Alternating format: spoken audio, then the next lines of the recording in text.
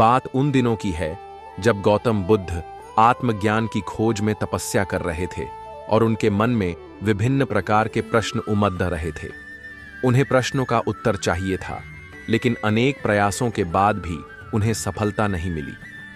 वे आत्मज्ञान की प्राप्ति के लिए कठोर तपस्या करने लगे, अनेक कष्ट सहन किए और कई स्थानों की यात्राएं की, परंतु जो समाधान उनको चाहिए था वह उनको मिला नहीं।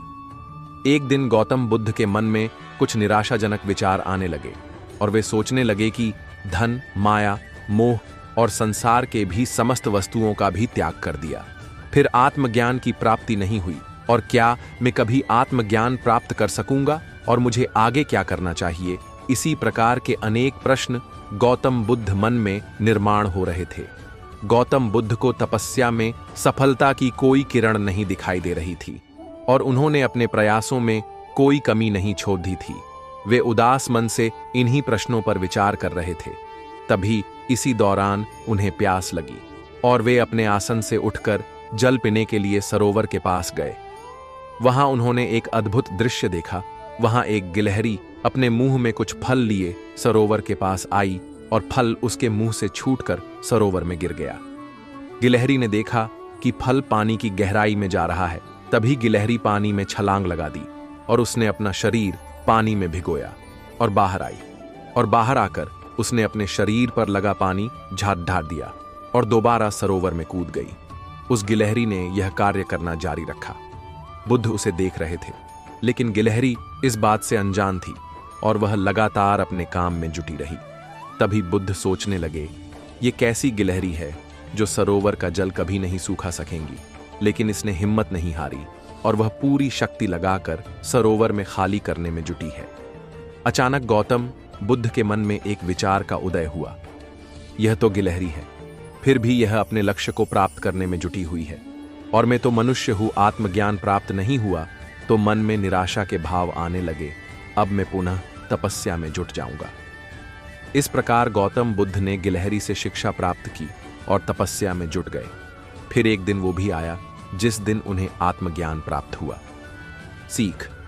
गौतम बुद्ध की शिक्षाप्रद कहानी से हमें सीख मिलती है कि जीवन में हमें असफलताओं की वजह से कभी हार नहीं मान लेनी चाहिए, और ये जो भी असफलताएं आती हैं उनसे हमें सीख लेकर आगे बढ़ाना होता है।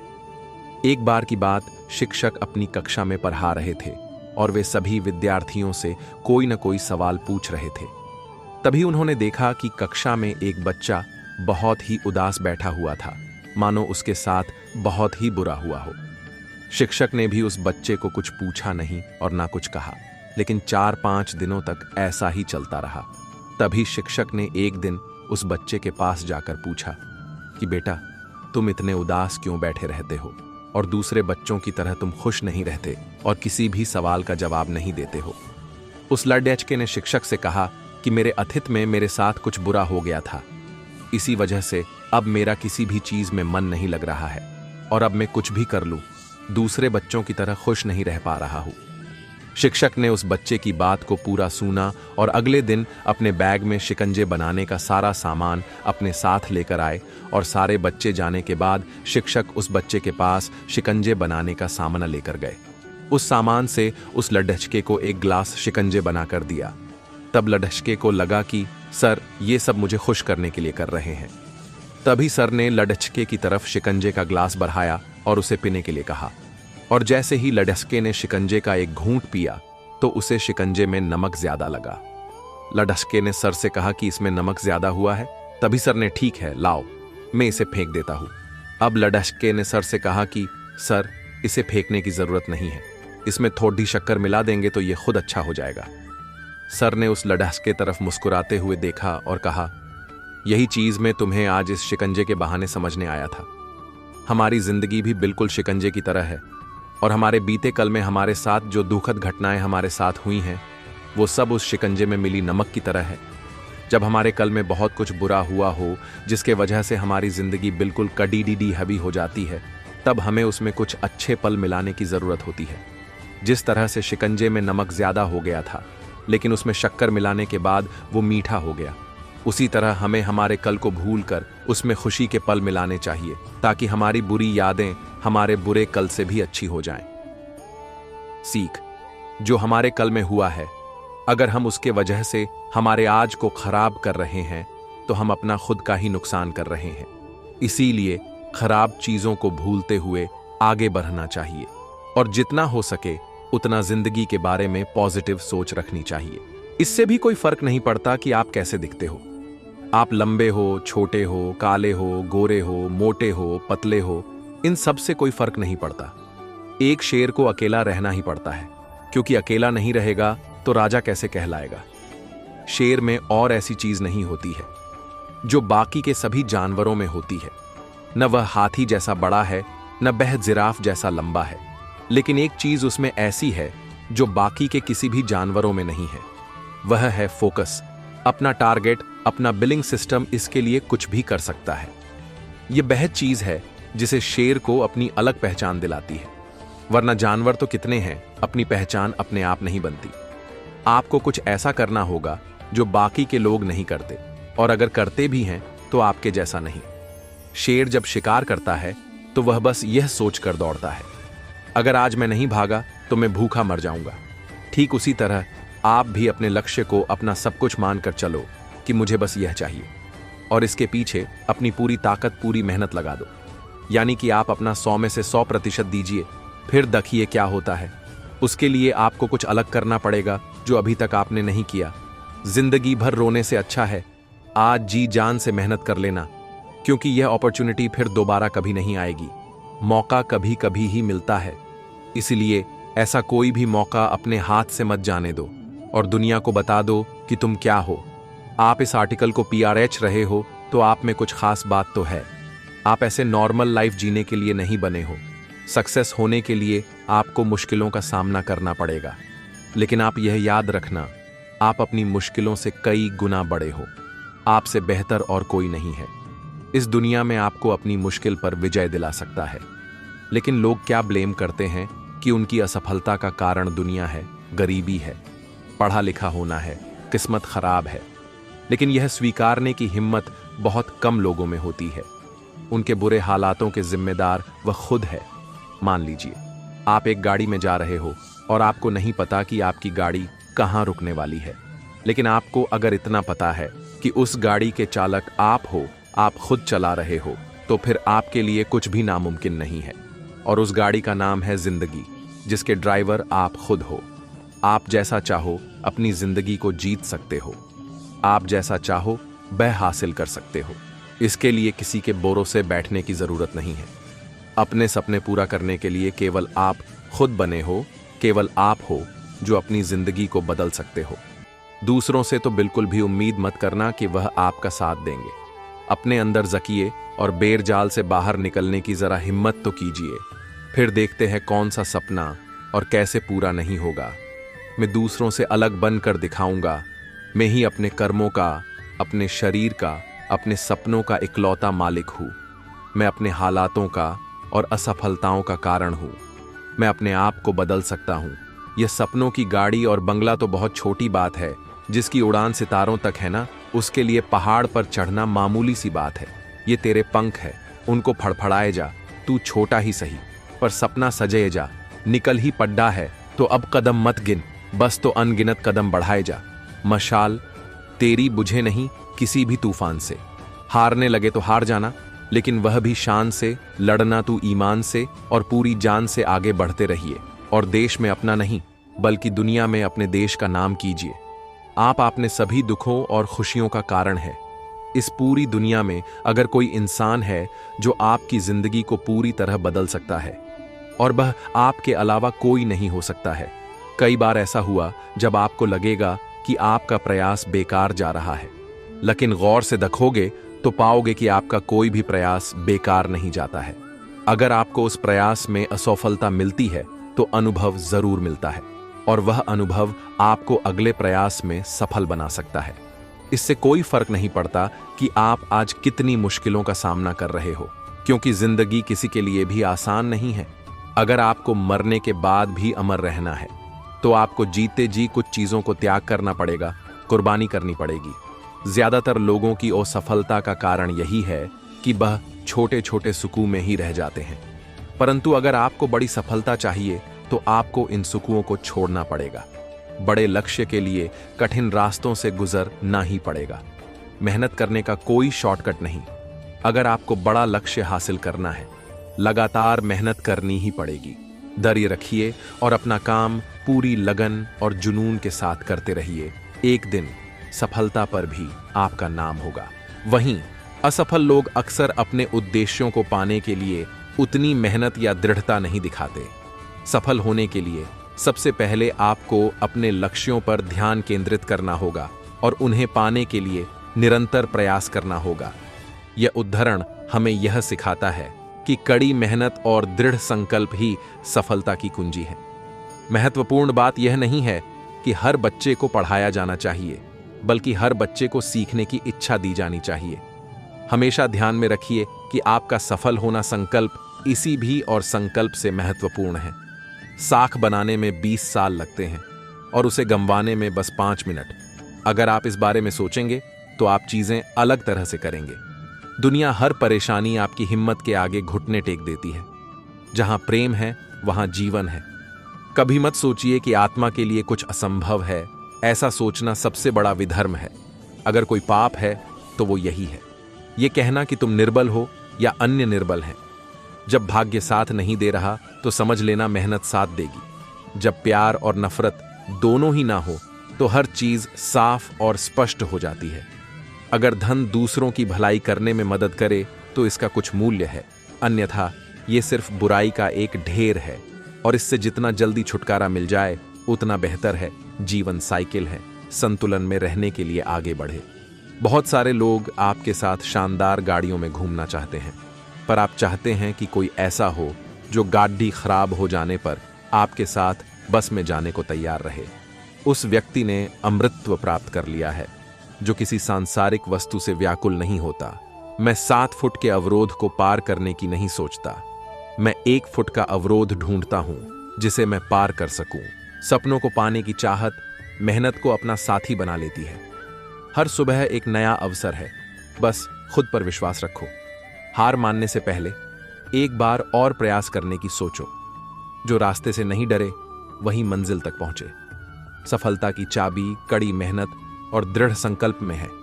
खुद पर यकीन रखो, दुनिया भी तुम्हारे साथ खड़ी हो जाएगी।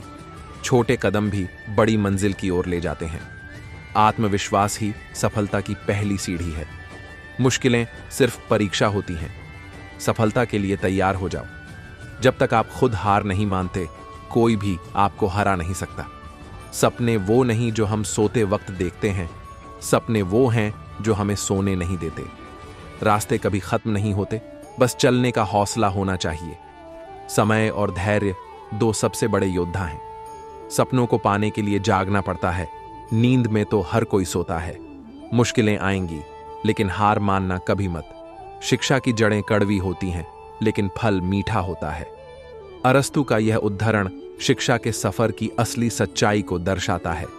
शिक्षा प्राप्त करते समय बहुत सारे संघर्ष और मुश्किलें आ सकती हैं, लेकिन यह सब हमें सीखने और बढ़ने में मदद करता है।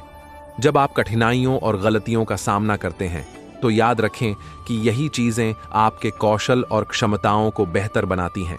अंततः ये चुनौतियां आपको एक बेहतर और अधिक समझदार इंसान बना देंगी। सफल और असफल लोग अपनी क्षमताओं में बहुत भिन्न नहीं होते हैं। वे अपनी क्षमता तक पहुंचने के लिए अपनी इच्छाओं में भिन्न होते हैं। सफल और असफल लोगों के बीच का मुख्य अंतर यह है कि सफल लोग अपने लक्ष्यों को प्राप्त करने के लिए दृढ़ और मेहनती होते हैं।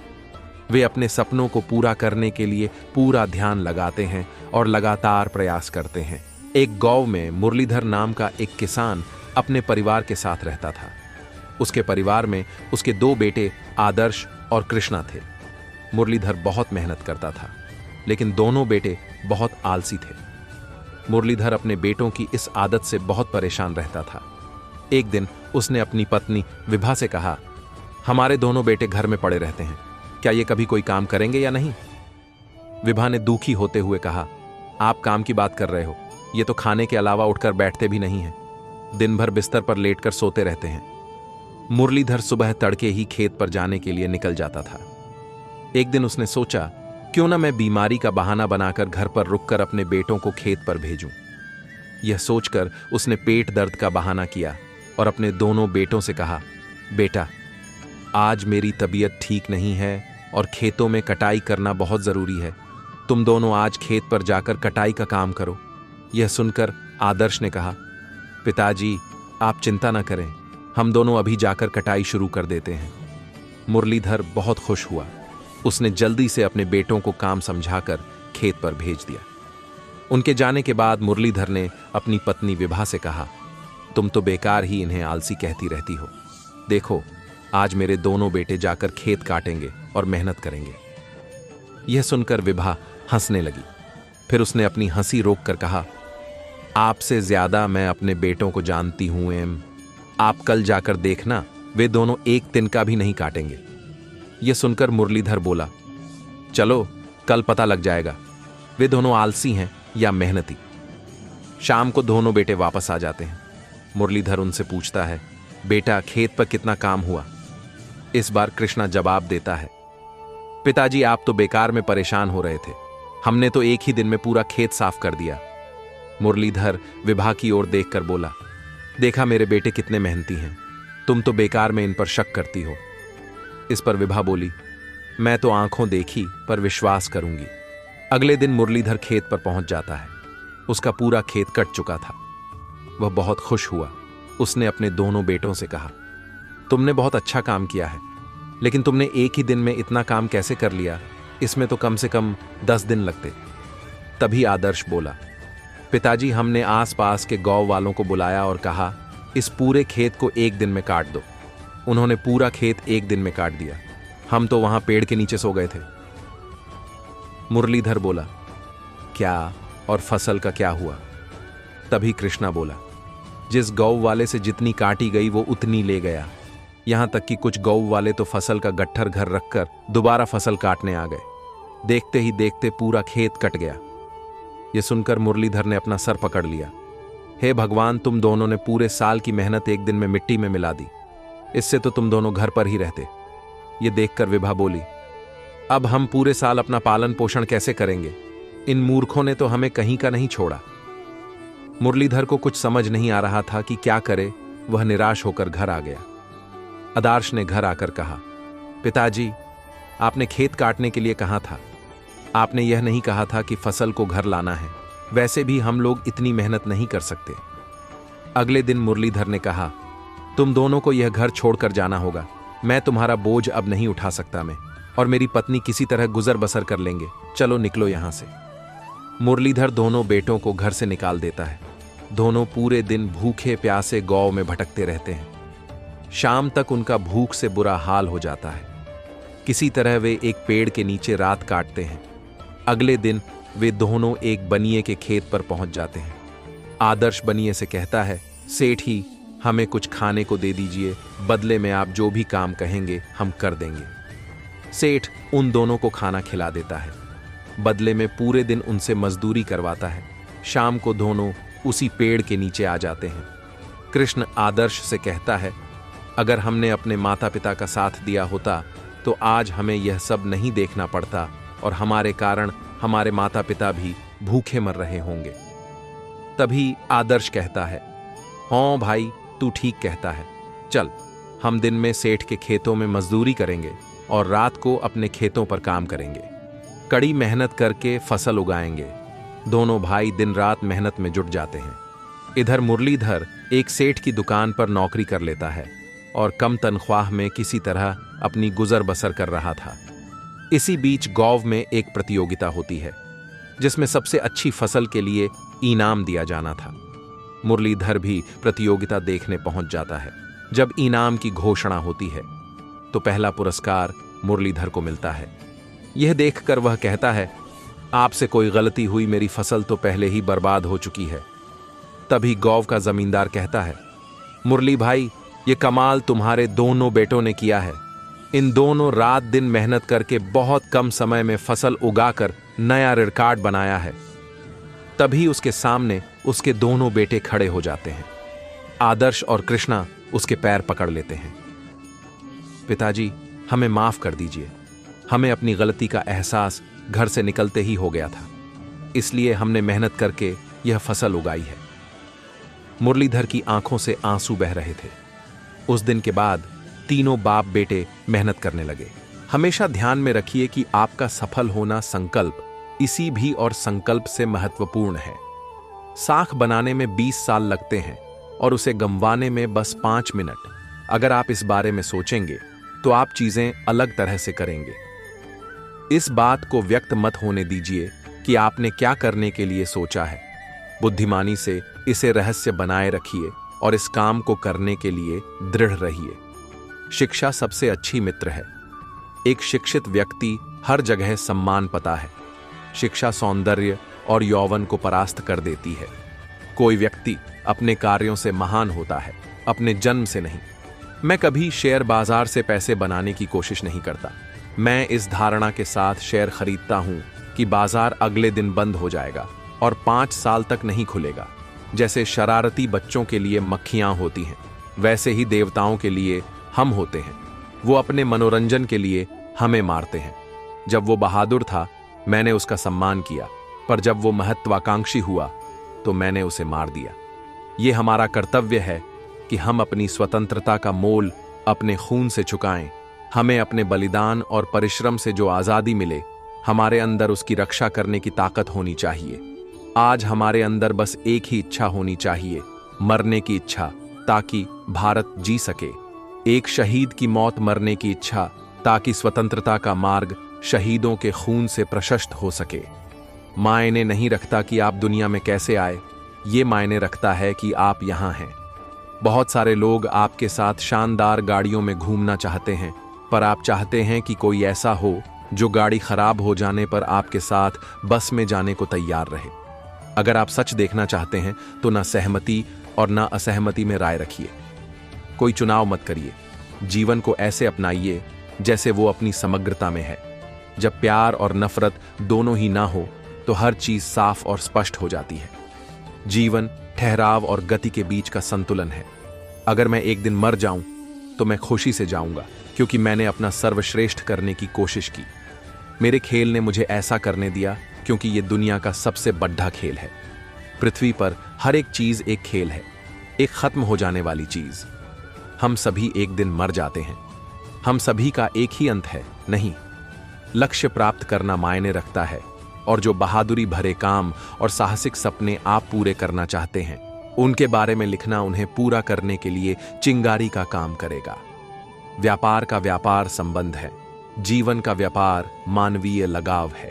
रात भर की चुप्पी दिन भर की भागदौड़ से छुटकारा पाने का एक मौन उपहार है। शाम, सूरज के ढलते ही आशाओं की नई किरणें हमें दिखती हैं।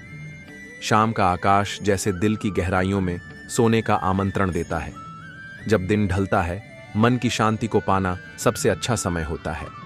संध्या के आकाश में छिपे सितारे रात की उम्मीदों का संकेत देते हैं। शाम की ठंडक दिन भर की गर्मी से राहत का एक एहसास है। संध्या की नर्म धुंध दिल की गहराइयों में जाकर सुकून लाती है। शाम की बुनाई में छिपे हैं जीवन के अनमोल रंग। सूरज के अस्त होने के साथ सपनों की ताजगी भी आती है। संध्या की पेंटिंग में दिल के कोनों में सुकून की लकीरें उभरती हैं। शाम की शांति दिल की थकावट को मिटाने का एक सुंदर तरीका है। शाम की ठंडी हवा दिन भर के व्यस्त जीवन को शांत करने का एक अवसर है। संध्या का हल्का प्रकाश आत्मा को नई ऊर्जा का संचार करता है। जब सूरज ढलता है, मन की नई ऊर्जा को महसूस करो। संध्या का मौन दिल के भीतर छिपे अनकहे शब्दों को सुनने का समय है। रात की लाली जीवन की खुशियों का नया रंग भर देती है। संध्या की गुनगुनाहट जीवन के झंझावात को ठंडा करने का सुखद एहसास है। संध्या की शांति खुद को फिर से खोजने का समय है। रात के आगोश में पुराने दिन की समाप्ति और नए सपनों की शुरुआत होती है। संध्या का वक्त दिल को नई ऊर्जा और उमंग देने का होता है। सूरज के अस्त होने से मन की शांतिपूर्ण यात्रा की शुरुआत होती है। शाम की ठंड दिल को राहत और सुकून का एहसास कराती है। संध्या की सुंदरता जीवन की अनगिनत संभावनाओं को उजागर करती है। रात का समय दिल की गहराइयों में जाकर आत्मा को सुकून देने का होता है। सूरज की रोशनी के बाद रात की शांति एक नई उम्मीद की शुरुआत है। शाम का हल्का उजाला सपनों को नया जीवन देता है। संध्या की मृदुता दिल के सारे तनावों को दूर करती है। शाम के समय आत्मा की गहराइयों में जाकर खुद को खोजने का मौका मिलता है। संध्या की सौम्यता आत्मा की गहराइयों को शांत करने का एक मंत्र है। सूरज के ढलते ही मन की नई उम्मीदों की शुरुआत होती है। शाम की ठंडी लहरें दिल की उथल पुथल को शांत करती हैं और नयापन लाती हैं। शाम की नर्म रोशनी आत्मा को शांति और सुकून देती है। संध्या की गहराइयों में दिल को समझने और आत्मा को सुकून पाने का समय है। सूरज के अस्त होने के साथ दिल की गहराइयों में नई उम्मीदें प्रकट होती हैं। संध्या का समय मन की थकावट को दूर करने और नई ऊर्जा प्राप्त करने का है। शाम की ठंडी हवाएं आत्मा को शांति और राहत देती है। सूरज ढलने के साथ दिल की गहराइयों में सुकून का एहसास होता है। रात की मृदुता खुद को समझने और आत्मा की गहराइयों में जाकर शांति पाने का समय है। हजारों खोखले शब्दों से अच्छा वह एक शब्द है जो शांति लाए। हम जो कुछ भी हैं वो हमने आज तक क्या सोचा इस बात का परिणाम है। यदि कोई व्यक्ति बुरी सोच के साथ बोलता या काम करता है तो उसे कष्ट ही मिलता है। यदि कोई व्यक्ति शुद्ध विचारों के साथ बोलता या काम करता है तो उसकी परछाई की तरह खुशी उसका साथ कभी नहीं छोड़ती, एक जगह बूंद बूंद करके भरता है। अतीत पे ध्यान मत दो, भविष्य के बारे में मत सोचो, अपने मन को वर्तमान क्षण पे केंद्रित करो। स्वास्थ्य सबसे बड़ा उपहार है, संतोष सबसे बड़ा धन है, वफादारी सबसे बड़ा संबंध है। जैसे मोमबत्ती बिना आग के नहीं जल सकती, मनुष्य भी आध्यात्मिक जीवन के बिना नहीं जी सकता। तीन चीजें ज्यादा देर तक नहीं छुप सकती, सूर्य, चंद्रमा और सत्य। अपने मोक्ष के लिए खुद ही प्रयत्न करें, दूसरों पर निर्भर ना रहे। किसी विवाद में हम जैसे ही क्रोधित होते हैं हम सच का मार्ग छोड़ देते हैं और अपने लिए प्रयास करने लगते हैं। किसी जंगली जानवर की अपेक्षा एक कपटी और दुष्ट मित्र से अधिक डरना चाहिए। जानवर तो बस आपके शरीर को नुकसान पहुंचा सकता है, पर एक बुरा मित्र आपकी बुद्धि को नुकसान पहुंचा सकता है। आपके पास जो कुछ भी है उसे बढ़ा चढ़ाकर मत बताइए और ना ही दूसरों से ईर्ष्या कीजिए। जो दूसरों से ईर्ष्या करता है उसे मन की शांति नहीं मिलती। घृणा घृणा से नहीं, प्रेम से खत्म होती है, यह शाश्वत सत्य है। वह जो 50 लोगों से प्रेम करता है उसके 50 संकट हैं। वो जो किसी से प्रेम नहीं करता उसके एक भी संकट नहीं है। क्रोध को पाले रखना गर्म कोयले को किसी और पर फेंकने की नीयत से पकड़े रहने के समान है। इसमें आप ही जलते हैं। मैं कभी नहीं देखता कि क्या किया जा चुका है, मैं हमेशा देखता हूं कि क्या किया जाना बाकी है। बिना सेहत के जीवन नहीं है, बस पीड़ा की एक स्थिति है, मौत की छवि है। हर चीज पर संदेह करो, स्वयं अपना प्रकाश ढूंढो। शक की आदत से भयावह कुछ भी नहीं है। शक लोगों को अलग करता है। यह एक ऐसा जहर है जो मित्रता खत्म करता है और अच्छे रिश्तों को तोड़ता है। यह एक कांटा है जो चोटिल करता है, एक तलवार है जो वध करती है। सत्य के मार्ग पे चलते हुए कोई दो ही गलतियां कर सकता है, पूरा रास्ता ना तय करना और इसकी शुरुआत ही ना करना। बुराई होनी चाहिए ताकि अच्छाई उसके ऊपर अपनी पवित्रता साबित कर सके। खुशी अपने पास बहुत अधिक होने के बारे में नहीं है, खुशी बहुत अधिक देने के बारे में है। मन और शरीर दोनों के लिए स्वास्थ्य का रहस्य है। अतीत पर शोक मत करो, ना ही भविष्य की चिंता करो, बल्कि बुद्धिमानी और ईमानदारी से वर्तमान में जियो। अंत में ये चीजें सबसे अधिक मायने रखती हैं। आपने कितने अच्छे से प्रेम किया, आपने कितनी पूर्णता के साथ जीवन जिया, आपने कितनी गहराई से अपनी कुंठाओं को जाने दिया। सबसे अंधेरी रात अज्ञानता है। अगर आप वास्तव में स्वयं से प्रेम करते हैं तो आप कभी भी किसी को ठेस नहीं पहुंचा सकते। शांति अंदर से आती है, इसे बाहर मत ढूंढो। हमें हमारे सिवा कोई और नहीं बचाता, न कोई बचा सकता है और न कोई ऐसा करने का प्रयास करे। हमें खुद ही इस मार्ग पर चलना होगा। चलिए ऊपर उठें और आभारी रहे, क्योंकि अगर हमने बहुत नहीं तो कुछ तो सीखा, और अगर हमने कुछ भी नहीं सीखा तो कम से कम हम बीमार तो नहीं पड़ डीडीहे, और अगर हम बीमार पड़ डीडीहे तो कम से कम हम मरे नहीं। इसलिए चलिए हम सभी आभारी रहे। शरीर को अच्छी सेहत में रखना हमारा कर्तव्य है, नहीं तो हम अपना मन मजबूत और स्पष्ट नहीं रख पाएंगे। जो आप सोचते हैं वो आप बन जाते हैं। जीवन में आपका उद्देश्य अपना उद्देश्य पता करना है। और उसमें जी जान से जुट जाना है।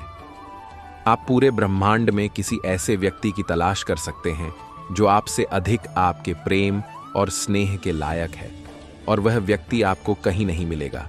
जितना इस ब्रह्मांड में कोई और आपके प्रेम और स्नेह के अधिकारी है, उतना ही आप खुद हैं। आप केवल वही खोते हैं जिससे आप चिपक जाते हैं। हम जो सोचते हैं वो बन जाते हैं। हर सुबह हम पुनः जन्म लेते हैं। हम आज क्या करते हैं, यही सबसे अधिक मायने रखता है।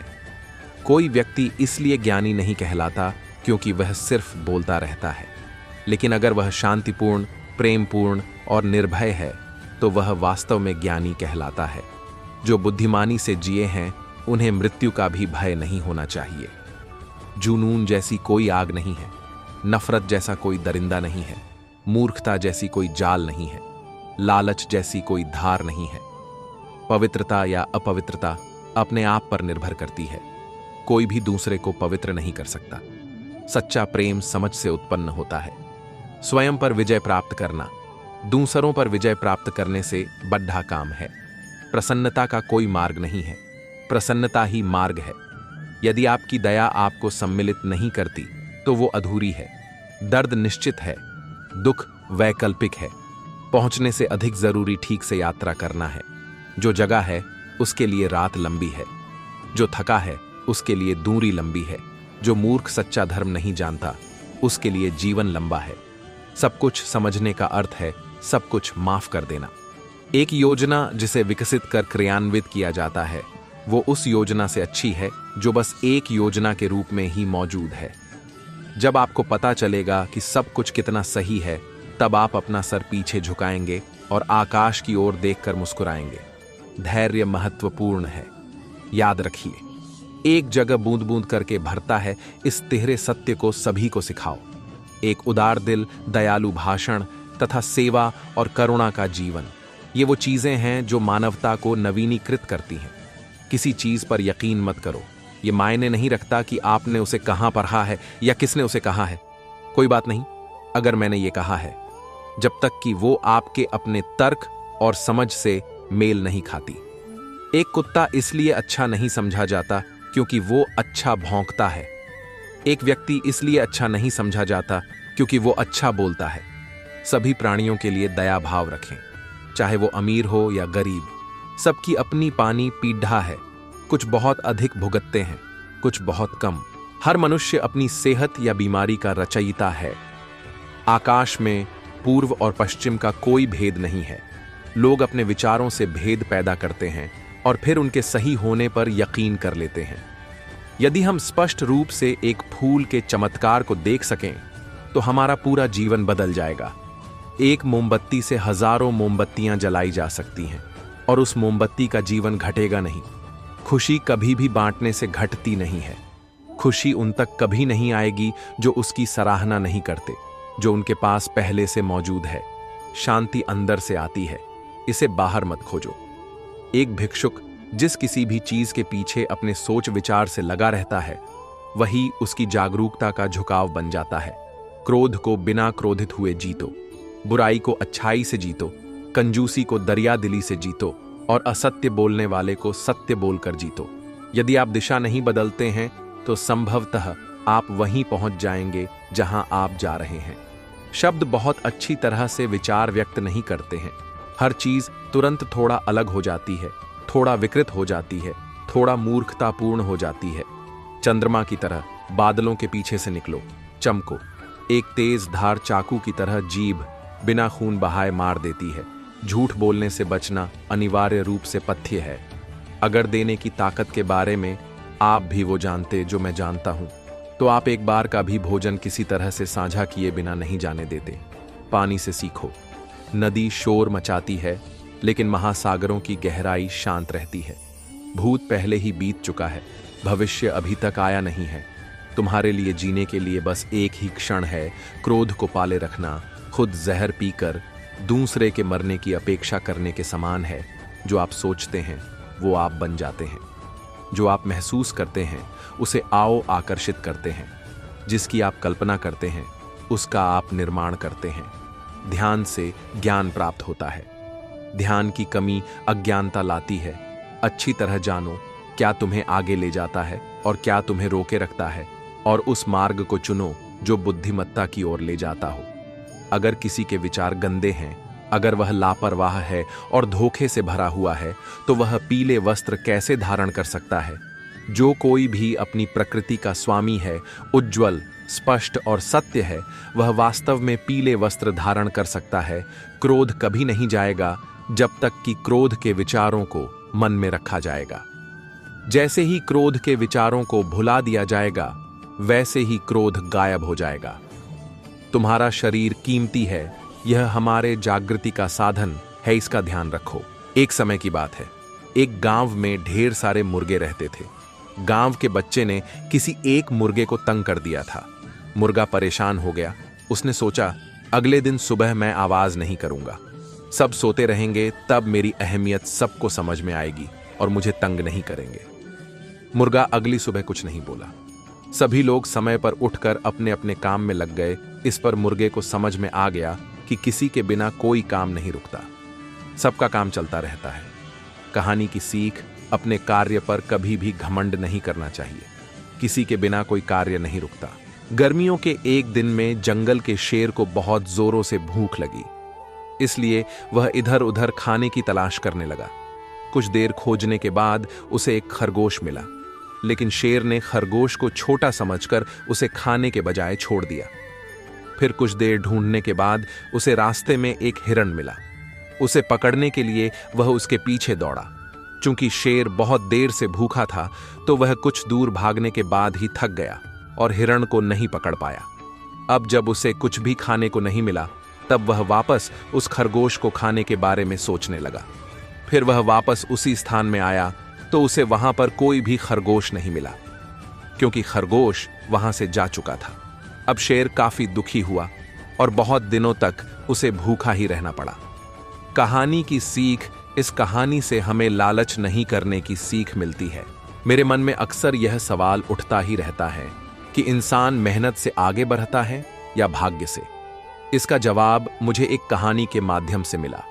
मेरी तरह किसी व्यक्ति ने दूसरे व्यक्ति से यही सवाल किया कि इंसान मेहनत से आगे बढ़ता है या भाग्य से। दूसरे ने उसको समझाते हुए पूछा, क्या आपके पास किसी बैंक में लॉकर है? उस लॉकर की चाबियां ही इस सवाल का जवाब है। पहले व्यक्ति ने पूछा, कैसे? दूसरे व्यक्ति ने कहा, देखो और समझो, बैंक के लॉकर की दो चाबियां होती हैं। एक चाबी मैनेजर के पास होती है और एक चाबी आपके पास होती है। जब तक दोनों चाबी एक साथ एक समय पर नहीं लगती, लॉकर नहीं खुल सकता। इसी तरह आप मेहनत करने वाले इंसान हैं और मैनेजर भगवान। आपको अपनी चाबी लगाते रहनी चाहिए, क्योंकि पता। एक बार एक गांव में राघव नाम का व्यक्ति रहता था। उसके पिताजी का गांव में बहुत बड़ा कारखाना था, जहां पर आधे से ज्यादा गांव नौकरी करता था। राघव के पिताजी के कारखाने से ही आधे से ज्यादा गांव वालों के घर का चूल्हा बलता था। जैसे जैसे राघव बड़ा हो रहा था, उसके पिताजी का व्यापार और भी ज्यादा बढ़ रहा था। अब पहले से भी ज्यादा लोग कारखाने में काम करने लगे थे। छोटे बड़े सभी राघव के पिताजी का बड़ा आदर सम्मान करते थे, और राघव के पिताजी भी छोटों से प्यार और बड़ों का आदर सम्मान करते थे। उन्हें पैसे का बिल्कुल भी गुमान नहीं था।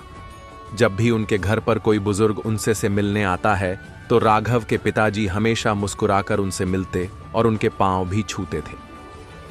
लेकिन राघव को यह बात अच्छी नहीं लगती थी। उसे लगता था कि उसके पिताजी तो इतने बड़े व्यापारी हैं और यह सब गांव वाले उनके कारखाने में काम करते हैं, लेकिन फिर भी पिताजी उन लोगों के पांव छूते हैं, जबकि उन लोगों को पिताजी के पांव छूने चाहिए जिनकी वजह से उनका घर का खर्च चलता है। समय बीतता गया और राघव जवान हो गया। अब राघव की शादी भी हो गई और राघव ने कामकाज की भाग दौड़ भी अपने हाथ में ले ली। राघव जब भी कारखाने में जाता, लोगों पर चिल्लाता रहता था। वह न किसी छोटे को देखता है और न किसी बड़े की उम्र का लिहाज करता था, बस उन पर चिल्लाता रहता था और बदतमीजी से बात करता था। राघव के पिताजी भी अब बूढ़े हो गए थे और धीरे धीरे राघव का व्यवहार अपने पिताजी के लिए भी बुरा होता जा रहा था। राघव अपने पिताजी का भी आदर सम्मान नहीं करता था। एक दिन राघव के पिताजी बीमार हो गए। लेकिन राघव ने अपने पिताजी की बिगड़ी हुई हालत पर ज्यादा ध्यान नहीं दिया और उनकी हालत दिन भर दिन बिगड़ती ही गई। अब राघव के पिताजी की हालत इतनी ज्यादा खराब हो गई थी कि वह चल फिर भी नहीं पाते थे। वह सारा दिन अपने कमरे में बिस्तर पर लेटे रहते थे। फिर एक दिन राघव के पिताजी का देहांत हो गया। राघव धन दौलत में कमाने में इतना ज्यादा व्यस्त हो गया था कि वह अपने से छोटों को प्यार और बड़ों का सम्मान करना बिल्कुल भूल ही गया था। उसे लगता था कि अगर उसके पास पैसा है तो उसके पास सब कुछ है, जिसकी वजह से सभी उसका आदर सम्मान करते हैं। फिर कुछ सालों के बाद राघव के घर पर एक लड़के का जन्म हुआ, जिसका नाम उसने रवि रखा। राघव ने अपने बच्चे का बड़े प्यार के साथ पालन पोषण किया और अच्छे शहर के बड़े स्कूल में पढ़ाया। अब रवि भी बड़ा हो गया और वह पढ़ाई पूरी करके वापस अपने घर आ गया। अब रवि ने अपने कारोबार की भाग दौड़ को संभालना शुरू कर दिया। अब राघव की उम्र भी काफी ज्यादा हो गई थी और वह बूढ़ा होने लगा था। अब रवि ने सारा काम अपने हाथ में संभाल लिया था। जैसा रवि ने बचपन से देखा था कि उसके पिताजी किसी का आदर सम्मान नहीं करते हैं, वह भी ठीक वैसा ही करने लगा। वह भी बड़ों का आदर सम्मान नहीं करता था और ना ही अपने पिताजी का आदर सम्मान करता था और उनसे ढंग से बात भी नहीं करता था। फिर राघव की हालत भी एक दिन काफी बिगड़ गई और वह बीमार हो गया। तब रवि ने अपने पिताजी के ऊपर ज्यादा ध्यान नहीं दिया। वह अपना पैसा कमाने में व्यस्त रहा। यह देखकर राघव को बहुत बुरा लगा और वह अपने कमरे में बैठकर रोने लगा। तब उसे एहसास हुआ कि उसने अपने बच्चों की परवरिश सही ढंग से नहीं करी है। वह खुद अपने से बड़ों का आदर सम्मान नहीं करता था, तो उसका बच्चा भी अपने से बड़ों का आदर सम्मान नहीं करता है। तब राघव को इस बात का एहसास हुआ कि जो मैंने अपने पिताजी के साथ किया है, आज वही सब कुछ मेरे साथ हो रहा है। तब राघव को अपने किए पर बहुत पछतावा हुआ, लेकिन अब राघव कुछ नहीं कर सकता था।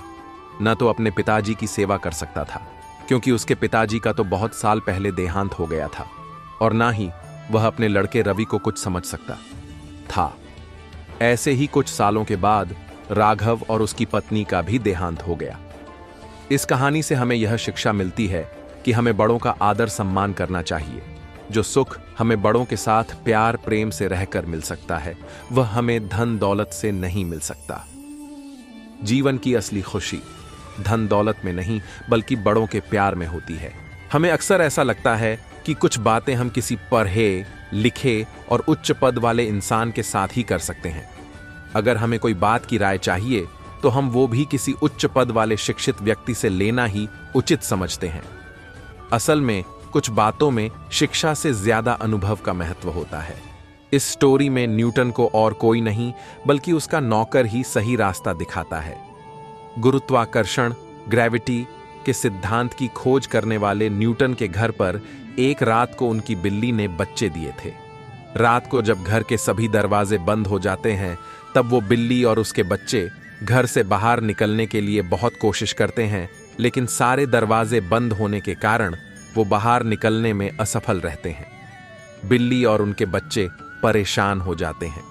जब न्यूटन को इस बात का पता चलता है, तब वो अपने नौकर को बिल्ली और उनके बच्चों के लिए दरवाजे में 2 छेद, एक छोटा और एक बड़ा छेद बनाने के लिए कहता है। नौकर न्यूटन से पूछता है कि 2 छेद क्यों? न्यूटन जवाब देते हैं कि बिल्ली के लिए एक बड़ा छेद और उनके बच्चों के लिए एक छोटा छेद बना दो, ताकि वो आसानी से बाहर जा सके।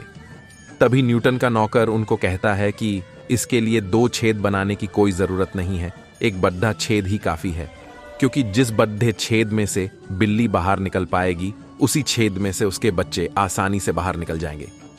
Thomas Alva Edison, success story of Thomas Alva Edison. ईमानदारी का फल, मॉरल स्टोरी। इन हिंदी, आगे बढ़ना ही जीवन है, मोटिवेशनल स्टोरी। इन हिंदी, ये बात सुनकर न्यूटन हैरान रह गए कि इतनी साधारण बात उन्हें क्यों नहीं सूझी। न्यूटन के नौकर के पास भले ही न्यूटन जितना पद ना हो, पर उसका अनुभव इस बात में न्यूटन से भी ज्यादा था। इसलिए उसने ये समस्या का सही रास्ता निकाला। जो बात इतने बड़े वैज्ञानिक के दिमाग में नहीं आई, वो बात उनके नौकर के दिमाग में आई। इसलिए हमें किसी को भी कमजोर नहीं समझना चाहिए। सभी लोग अपने आप में श्रेष्ठ ही होते हैं। हर जगह पर शिक्षा की जरूरत नहीं होती है। क्योंकि कुछ काम अनुभव के आधार पर भी श्रेष्ठ किए जा सकते हैं। कई बार ज्ञान और बुद्धि में कम होने वाले व्यक्ति भी अपने अनुभव के कारण समस्या को सही तरीके से सुलझाने में कामयाब रहते हैं और उनके आगे पराये लिखे ज्ञानी भी कुछ बातों में नाकामयाब रहते हैं। हर कोई अपनी अपनी जिंदगी के हीरो होते हैं। हमें सभी का महत्व समझते हुए उनसे राय लेनी चाहिए। अगर आपको हमारी स्टोरी अच्छी लगी हो तो अपने दोस्तों के साथ भी शेयर कीजिए और कमेंट में जरूर बताइए कि कैसी लगी हमारी स्टोरी। चंद्रगुप्त मौर्य के महामंत्री चाणक्य प्रतिभावान तो थे लेकिन बदसूरत थे। एक बार चंद्रगुप्त ने उनसे मजाक किया, महामंत्री जी, कितना अच्छा होता अगर आप प्रतिभावान होने के साथ साथ सुंदर भी होते तो। इस प्रश्न का जवाब चाणक्य के बदले महारानी ने दे दिया। वह बोली, महाराज, रूप तो मात्र मृग तृष्णा है। वस्तुतः किसी भी व्यक्ति का सम्मान उसके रूप के कारण नहीं बल्कि उसकी प्रतिभा के कारण ही किया जाता है। महारानी, आप तो रूप की प्रतिमूर्ति है। क्या कोई ऐसा भी उदाहरण है कि गुण के आगे रूप का कोई महत्व न हो? चंद्रगुप्त ने पूछा। इस बार चाणक्य बोले, महाराज, आप एक की बात करते हैं, ऐसे तो अनेक उदाहरण हैं। लीजिए, आप पहले शीतल जल पीजिए। चाणक्य ने चंद्रगुप्त की ओर 2 गिलास क्रमश बढ़ा दिए और पूछा, महाराज, आपको कौन से गिलास का पानी अच्छा लगा? पहले गिलास में स्वर्ण कलश का पानी था और दूसरे गिलास में मिट्टी से निर्मित मटके का। चंद्रगुप्त बोले, मुझे तो मिट्टी से निर्मित मटके का पानी शीतल सुस्वादु लगा। उस पानी से मैं तृप्त हो गया। स्वर्ण कलश का पानी तो पीने योग्य भी नहीं था, लेकिन विवशता थी कि मुझे वह पानी पीने को दिया गया। अतः न चाहते हुए भी मुझे पानी पीना पड़ा। महारानी ने मुस्कुराते हुए कहा, महाराज, प्रधानमंत्री ने बुद्धि कौशल से आपके प्रश्न का उत्तर दे दिया है। स्वर्ण निर्मित कलश देखने में तो सुंदर लगता है, किंतु उसका जल पीने योग्य नहीं होता। दूसरी तरफ मिट्टी से बना मटका देखने में भले सुंदर न लगे, लेकिन उसका पानी शीतल व सुस्वादु होता है। अब आप ही निर्णय कीजिए कि सुंदरता व प्रतिभा में से कौन बढ़ा है। चंद्रगुप्त मौर्य अच्छे से समझ गए कि गुण का मूल्य रूप के मूल्य से कई ज्यादा होता है। किसी भी व्यक्ति का सम्मान उसके रूप के कारण नहीं बल्कि उसकी प्रतिभा के कारण ही किया जाता है। एक दिन एक लड़े हचके ने क्लास में अपने शिक्षक से प्रश्न पूछा कि गुरुजी, हम भगवान को भोग चढ़ाते हैं तो फिर उस भोग में से भगवान कुछ लेते क्यों नहीं है? हमारा प्रसाद उतना का उतना ही क्यों होता है? उसमें से कुछ कम क्यों नहीं होता है? गुरुजी ने उस लड़हचके को तत्काल कोई जवाब नहीं दिया। उन्होंने उस बच्चे से कहा कि मैं तुम्हें इसका जवाब कुछ समय के बाद देता हूं। उस दिन गुरुजी ने पाठ के अंत में एक श्लोक पढ़ाया। पाठ पूरा करने के बाद गुरुजी ने सभी शिष्यों से कहा कि वे सब पुस्तक में से देखकर श्लोक कंठस्थ कर लें। करीब 1 घंटे बाद गुरु ने प्रश्न करने वाले शिष्य से पूछा कि उसे श्लोक कंठस्थ हुआ कि नहीं। उस शिष्य ने पूरा श्लोक शुद्ध शुद्ध गुरु को सुना दिया। फिर भी गुरु ने सिर नहीं में हिलाया। शिष्य ने गुरु से कहा, अगर आप चाहो तो आप पुस्तक देख लो, श्लोक बिल्कुल वैसा ही मैंने सुनाया जैसा इस पुस्तक में है। गुरु ने पुस्तक दिखाते हुए कहा, श्लोक तो पुस्तक में ही है, तो तुम्हें कैसे याद हो गया? शिष्य ने कुछ नहीं कहा। गुरु ने कहा, पुस्तक में जो श्लोक है वह स्थूल रूप में है। तुमने जब श्लोक पढ़ा तो वह सूक्ष्म रूप में तुम्हारे अंदर प्रवेश कर गया। उसी सूक्ष्म रूप में वह तुम्हारे मन में रहता है। इतना ही नहीं, जब तुमने इसको PRH कर कंठस्थ कर दिया तब भी पुस्तक के स्थूल रूप के श्लोक में कोई कमी नहीं आई। इसी प्रकार पूरे विश्व में रहते परमात्मा हमारे द्वारा चढ़ाए गए भोग को सूक्ष्म रूप में ग्रहण करते हैं और इससे स्थूल रूप के वस्तु में कोई कमी नहीं होती है। उसी को हम प्रसाद के रूप में स्वीकार करते हैं। शिष्य को उसके प्रश्न का उत्तर मिल चुका था। शिष्य को तो उसका जवाब मिल गया। क्या आपको भी अपने प्रश्न का जवाब मिल गया? मुझे कमेंट में जरूर बताना। अमेरिका में एक 16 साल का लैड का स्टोर से चोरी करता हुआ पकड़ा गया। पकड़े जाने पर गार्ड की गिरफ्त से भागते भागते उससे स्टोर का एक शेल्फ भी टूट गया। जज ने जुर्म सुना और लैड से पूछा, तुमने क्या सचमुच कुछ चुराया था? जज का सवाल सुनते ही लैड ने डरते डरते नीची नजर करते हुए कहा, हाँ, मैंने ब्रेड और पनीर का एक पैकेट चुराया था। जज ने पूछा, क्यों तुमने ऐसा किया? लैड ने कहा, मुझे उसकी जरूरत थी। इसलिए मैंने ऐसा किया। जज ने कहा, अगर तुम्हें जरूरत थी तो तुमने खरीदा क्यों नहीं, चुराया क्यों? लड्डके ने जवाब दिया, मेरे पास पैसे नहीं थे। जज ने कहा, अगर तुम्हारे पास पैसे नहीं थे तो फिर तुमने अपने घर वालों से पैसे क्यों नहीं लिए? लड्डके ने कहा, घर में सिर्फ मां ही है, वो भी बीमार और बेरोजगार है। मैंने ये ब्रेड और पनीर भी उसी के लिए चुराया था। जज ने कहा, तुम कुछ काम नहीं करते? लड्डके ने कहा, पहले मैं करता था एक कार वॉश में, पर मां की देखभाल के लिए मैंने एक दिन की छुट्टी ली थी तो उन्होंने मुझे निकाल दिया। जज ने कहा, तुम किसी से मदद मांग लेते? लड्डके ने कहा, सुबह से घर से निकला था, तकरीबन 50 लोगों के पास गया, आखिर में मैंने ये चोरी करने का कदम उठाया। जिरह खत्म हुई। आपको क्या लगता है कि जज ने क्या फैसला किया होगा? जज ने फैसला सुनाना शुरू किया। चोरी, और वो भी ब्रेड की चोरी, बहुत शर्मनाक जुर्म है और इस जुर्म के हम सब जिम्मेदार हैं। अदालत में हाजिर कर शख्स उसमें भी आ गया। हम सब इस जुर्म के मुजरिम हैं, इसलिए यहां मौजूद हर शख्स पर $15 का जुर्माना लगाया जाता है। $15 दिए बगैर कोई भी यहां से बाहर नहीं निकल पाएगा। इतना बोलकर जज ने $15 अपनी जेब से बाहर निकलकर रख दिए और फिर पेन उठाया और लिखना शुरू किया। इसके अलावा मैं स्टोर पर $1000 का जुर्माना करता हूं कि उसने एक भूखे बच्चे से गैर इंसानी सलूक करते हुए पुलिस के हवाले किया। अगर 24 घंटे में जुर्माना जमा नहीं किया तो कोर्ट स्टोर सील करने का हुक्म दे देगी। जुर्माने की पूर्ण राशि इस लड्डके को देकर कोर्ट उस लड्डके से माफी तलब करती है। फैसला सुनने के बाद कोर्ट में मौजूद सभी लोगों की आंखों से आंसू तो बरस ही रहे थे, उस लड्डके की भी हिचकियां बंद हो गई। वह लड्डका बार बार जज को देख रहा था, जो अपने आंसू छिपाते हुए बाहर निकल गए। आपको क्या लगता है, क्या हमारा समाज, सिस्टम और अदालत इस तरह के निर्णय लेने के लिए तैयार है? मुझे कमेंट में जरूर बताइए। अरावली के पहाड़ों के बीच एक सुंदर गांव बसा हुआ है। वहां लोग अपने मेहनत के द्वारा ही अन्न की उपज करके अपना जीवन निर्वाह करते हैं। पशुपालन और कृषि उनके जीवन का अभिन्न अंग है। वह मनोरंजन के लिए ताश खेलते हैं, मुर्गियों का युद्ध कराते हैं और महिलाएं टोकरी बनाना, जुड़ा बनाना आदि छोटे मोटे लघु उद्योग का कार्य करती है। गांव के बाहर एक कच्चा कुआं है।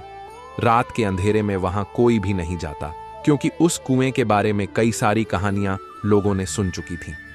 कुछ लोग कहते हैं उस गांव के कुएं के पास बहुत सारे भूत रात को पानी पीने आते हैं।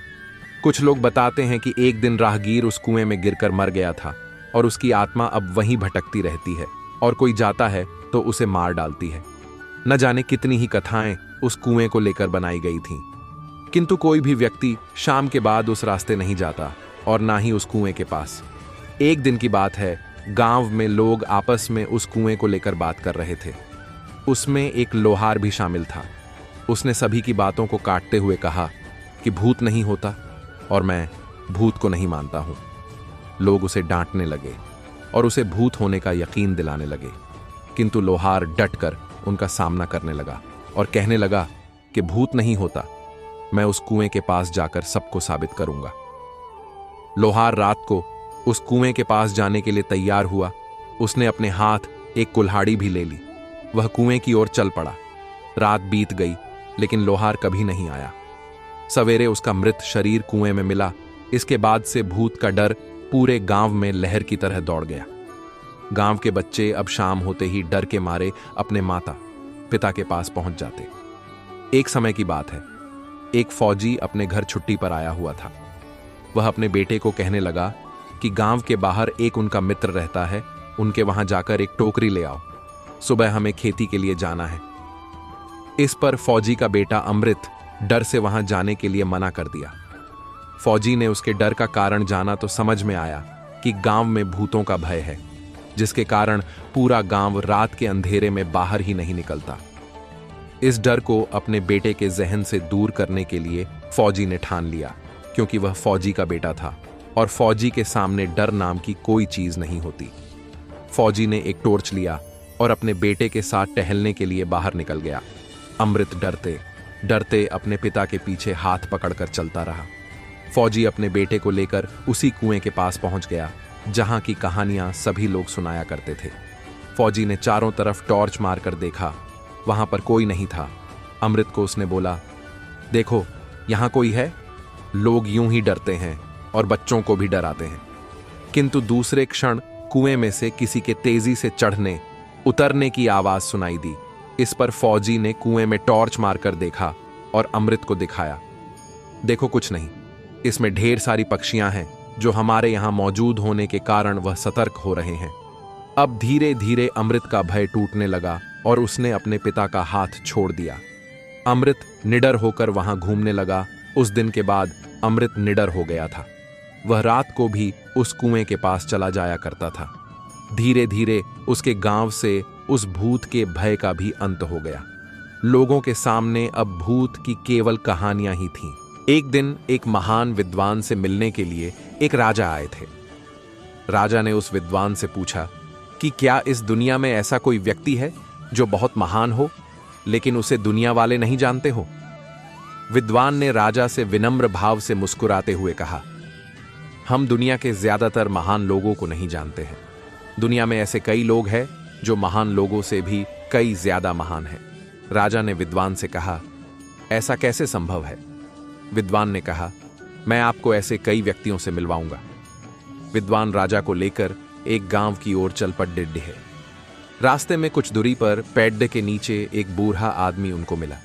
उस बूढ़े आदमी के पास पानी का एक गड्ढा और कुछ रोटियां थीं। विद्वान और राजा ने उससे मांगकर रोटी खाई और पानी पिया। जब राजा उस बूढ़े आदमी को रोटी के दाम देने लगा तो वह आदमी बोला, महोदय, मैं कोई दुकानदार नहीं हूं, मैं बस वही कर रहा हूं जो मैं इस उम्र में करने योग्य हूं। विद्वान ने राजा को इशारा करते हुए कहा कि देखो राजन, इस बूढ़े आदमी की इतनी अच्छी सोच ही इसे महान बनाती है। फिर दोनों ने गांव में प्रवेश किया। वहां पर उन्हें एक स्कूल नजर आया। स्कूल में उन दोनों की मुलाकात एक शिक्षक से हुई। राजा ने उससे पूछा कि आप इतने सारे छात्रों को पढ़ाते हो तो फिर आपको कितनी तनख्वाह मिलती है? उस शिक्षक ने राजा से कहा कि महाराज, मैं तनख्वाह के लिए नहीं पढ़ा रहा हूं। यहां पर कोई शिक्षक नहीं था और विद्यार्थियों का भविष्य दांव पर था, इस कारण मैं उन्हें मुफ्त में शिक्षा देने आ रहा हूं। विद्वान ने राजा से कहा कि महाराज, दूसरों के लिए जीने वाले बहुत ही महान होते हैं। विद्वान की बात राजा अच्छे से समझ गए कि वास्तव में महान लोग कैसे होते हैं। एक आश्रम में एक सिद्ध गुरु अपने सैकड़ों शिष्यों के साथ रहते थे। उन्हीं में से उनके कुछ पुराने शिष्य वहीं शिक्षक थे और बाकी सब अब भी शिक्षा प्राप्त कर रहे थे। उनका एक शिष्य कर्मदास, जो कि अब भी उनके आश्रम में छात्र ही था, वह बहुत अधिक बोलता था। सदैव स्वयं को दूसरों से बहुत श्रेष्ठ समझता और दूसरों की बात काट उन्हें नीचा दिखाता था। शांत, एकाग्र होकर आश्रम में ज्ञान प्राप्त करने के बजाय स्वयं को ज्ञानी दिखाने का दंभ भरता था। हर समय बोलता रहता, दिन भर इधर उधर की बातें करता। भिक्षाटन के लिए भी जाता तो हर घर से एक नई कहानी लेकर आता और आश्रम के दूसरे शिष्यों को सुनाता। एक छात्र से दूसरे की बुराई करता, चुगली करता और दूसरों के सामने अच्छा बनने का प्रयास करता।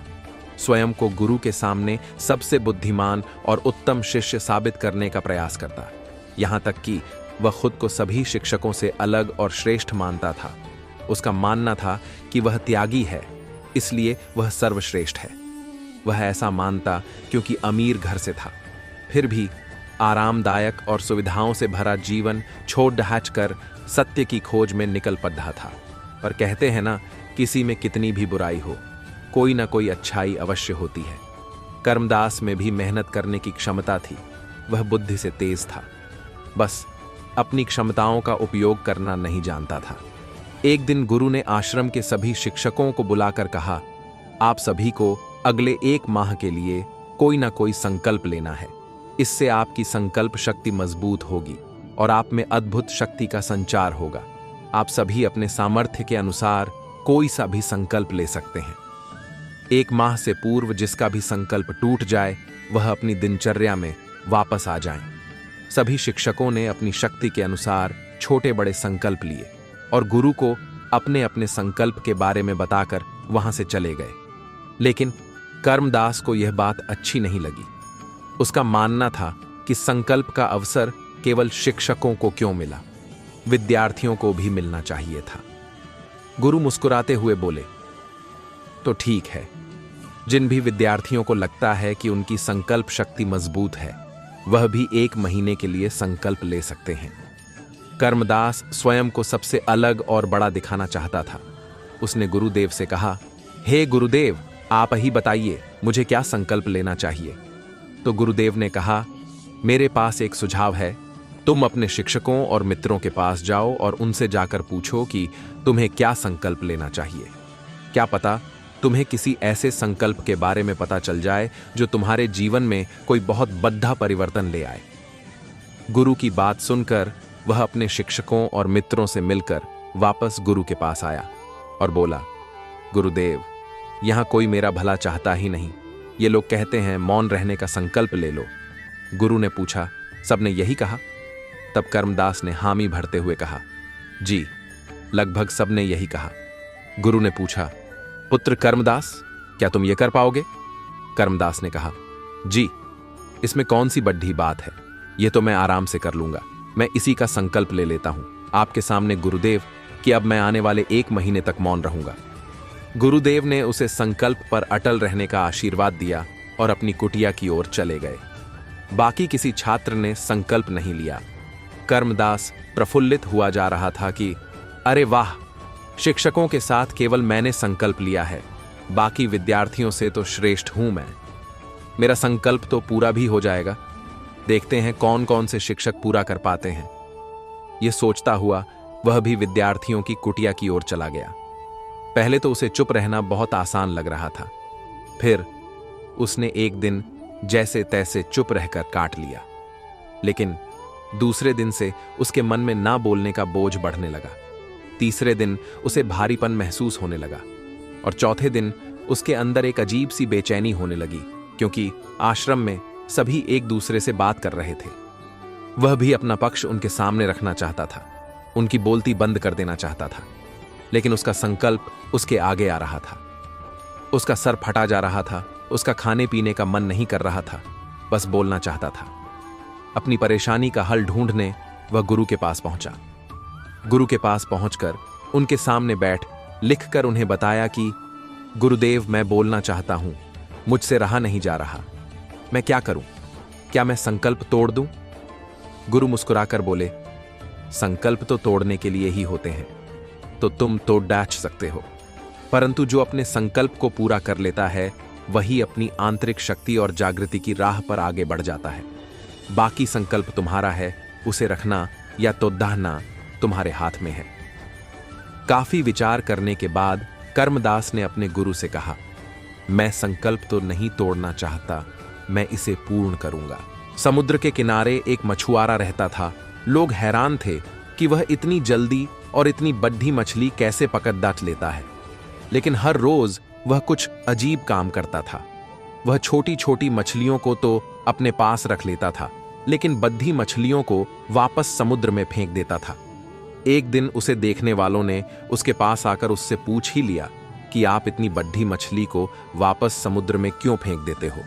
उसने बद्दी ही सहज भाव से जवाब दिया, मैं बद्धी मछलियों को वापस समुद्र में इसलिए फेंक देता हूं क्योंकि मेरे पास मछली बनाने का छोटा बर्तन है और उस छोटे बर्तन में केवल छोटी छोटी मछलियां ही पकाई जा सकती हैं। और इतना कहकर वह वहां से चला गया और लोग उसकी मूर्खता पर उसकी ओर टकटकी लगाए देखते ही रह गए। कहानी की शिक्षा। दोस्तों, बद्धी उपलब्धियां प्राप्त करने के लिए हमारे पास बड्ढे सपने और बड्ढे लक्ष्य होने चाहिए। जितनी चादर उतने पैर नहीं फैलाना चाहिए, बल्कि यदि हमारी चादर छोटी है तो हमें बड्ढी चादर खरीदनी चाहिए। एक व्यक्ति चर्च में आकर पादरी से प्रार्थना करना सीखना चाहता था। पादरी ने बताया, इसके लिए उसे प्रार्थना में ध्यान लगाना होगा। इस व्यक्ति ने बहुत कोशिश की, लेकिन वह शांत बैठ ही नहीं पा रहा था। प्रार्थना में बार बार वह अपनी आंखें खोल लेता हटा। पूछने पर वह बताता था, उसे लगा जैसे जानवर या कीड़ा उसे छू कर गया। फिर वह बाहर जाकर प्रार्थना में ध्यान लगाने लगा, लेकिन उसे चिद्धियों की आवाज और कौए की काएं काएं से फिर परेशानी होने लगी। तब वह पहाड़ी पर जाकर शांत होकर बैठ गया। उसे वहां भी पत्तियों की ओर हवाओं की आवाज आ रही थी। उसने गुस्से में चिल्लाकर बोला, तुम लोग मुझे ध्यान करने दोगे कि नहीं? उसकी आवाज गूंजकर उसे ही सुनाई दी। नहीं नहीं नहीं। वो थोड़ी देर सोचता रहा, ये क्या था? फिर उसे समझ आया, यह तो मेरे ही अंदर की आवाज थी। और वह ये जान गया, यदि मैं अंदर से अशांत हूं तो बाहर से भी अशांत रहूंगा, और यदि मैं अंदर से शांत रहूं तो बाहर की कोई भी अशांति मुझे परेशान नहीं कर सकती। और वह प्रार्थना में मन से ध्यान करने लगा। कहानी की शिक्षा। शांति और फोकस अंदर से आता है, न कि बाहर से। एक गांव में दो दोस्त रहते थे। दोनों जवान हो रहे थे, ज्यादा पढ़े लिखे भी नहीं थे, लेकिन गांव में आसपास के लोग इन्हें बहुत पढ़ा लिखा मानते थे। दोनों ने सोचा, यार काम धाम तो हमसे होता नहीं, चलो पास के गांव में लोगों के पास चलते हैं, कुछ पैसा कमाने की कोशिश करते हैं। अब ये दोनों पास के गांव में जैसे ही गए तो क्योंकि वहां के लोग कुछ भी पढ़े लिखे नहीं थे, इसलिए लोगों ने इन्हें बहुत पढ़े लिखे विद्वान समझकर इनकी बहुत मेहमान नवाजी की, भोजन खिलाया। फिर लोगों ने पूछा, आप लोग काम क्या करते हैं? इनके पास कुछ काम धाम तो था नहीं, इसलिए इन्होंने स्वयं को बचाते हुए कहा, हम ऐसा काम करते हैं कि जो कोई मर गया है, उनकी जो आत्माएं भटक रही हैं, उनके लिए लोगों से दक्षिणा लेकर और देवताओं से कहकर उनकी आत्माओं को हम स्वर्ग पहुंचाते हैं। अब क्या था, इस गांव में ऐसा कोई भी घर नहीं था जहां कोई न कोई बुजुर्ग या पुरखा मरा न हो, इसलिए सभी गांव वाले उनके पास आकर अपनी श्रद्धा के अनुसार कुछ न कुछ चढ़ाने लगे। वे दोनों आपस में धीरे धीरे कहने लगे, अरे वाह, ये काम तो चल पड़े डेढ़ा। अब एक काम करें, इस बार का काम तो हो गया, अगले साल क्या होगा? तो उन्होंने गांव वालों से कहा, हर साल तुम्हें अपने पुरखों की आत्मा की शांति के लिए ऐसा ही करना होगा, मतलब दान दक्षिणा चढ़ाना होगा, नहीं तो तुम्हारे पूर्वज सीधे नरक चले जाएंगे। लोग बहुत डर गए और कहा, नहीं नहीं, हम हर वर्ष ऐसा ही करेंगे। वे दोनों बहुत सा धन लेकर अपने गांव लौट आए और अपने सभी रिश्तेदारों को बताया, हमें आज ऐसा काम करके आए हैं कि हमारी पीढ़ी दर पीढ़ी को सारे गांव के लोग धन और दौलत देते रहेंगे और हम इनके पुरखाओं को स्वर्ग पहुंचाते रहेंगे। कहानी की शिक्षा। अंधविश्वास से बचो और अपने लोगों को भी बचाओ। एक ही कक्षा में पढ़ने वाले दो छात्र थे। दोनों का पारिवारिक माहौल भी एक सा ही था, लेकिन एक छात्र आशावादी था और दूसरा निराशावादी। एक बार स्कूल के प्रिंसिपल प्राध्यापक ने इन दोनों बच्चों पर एक शोध करना चाहा।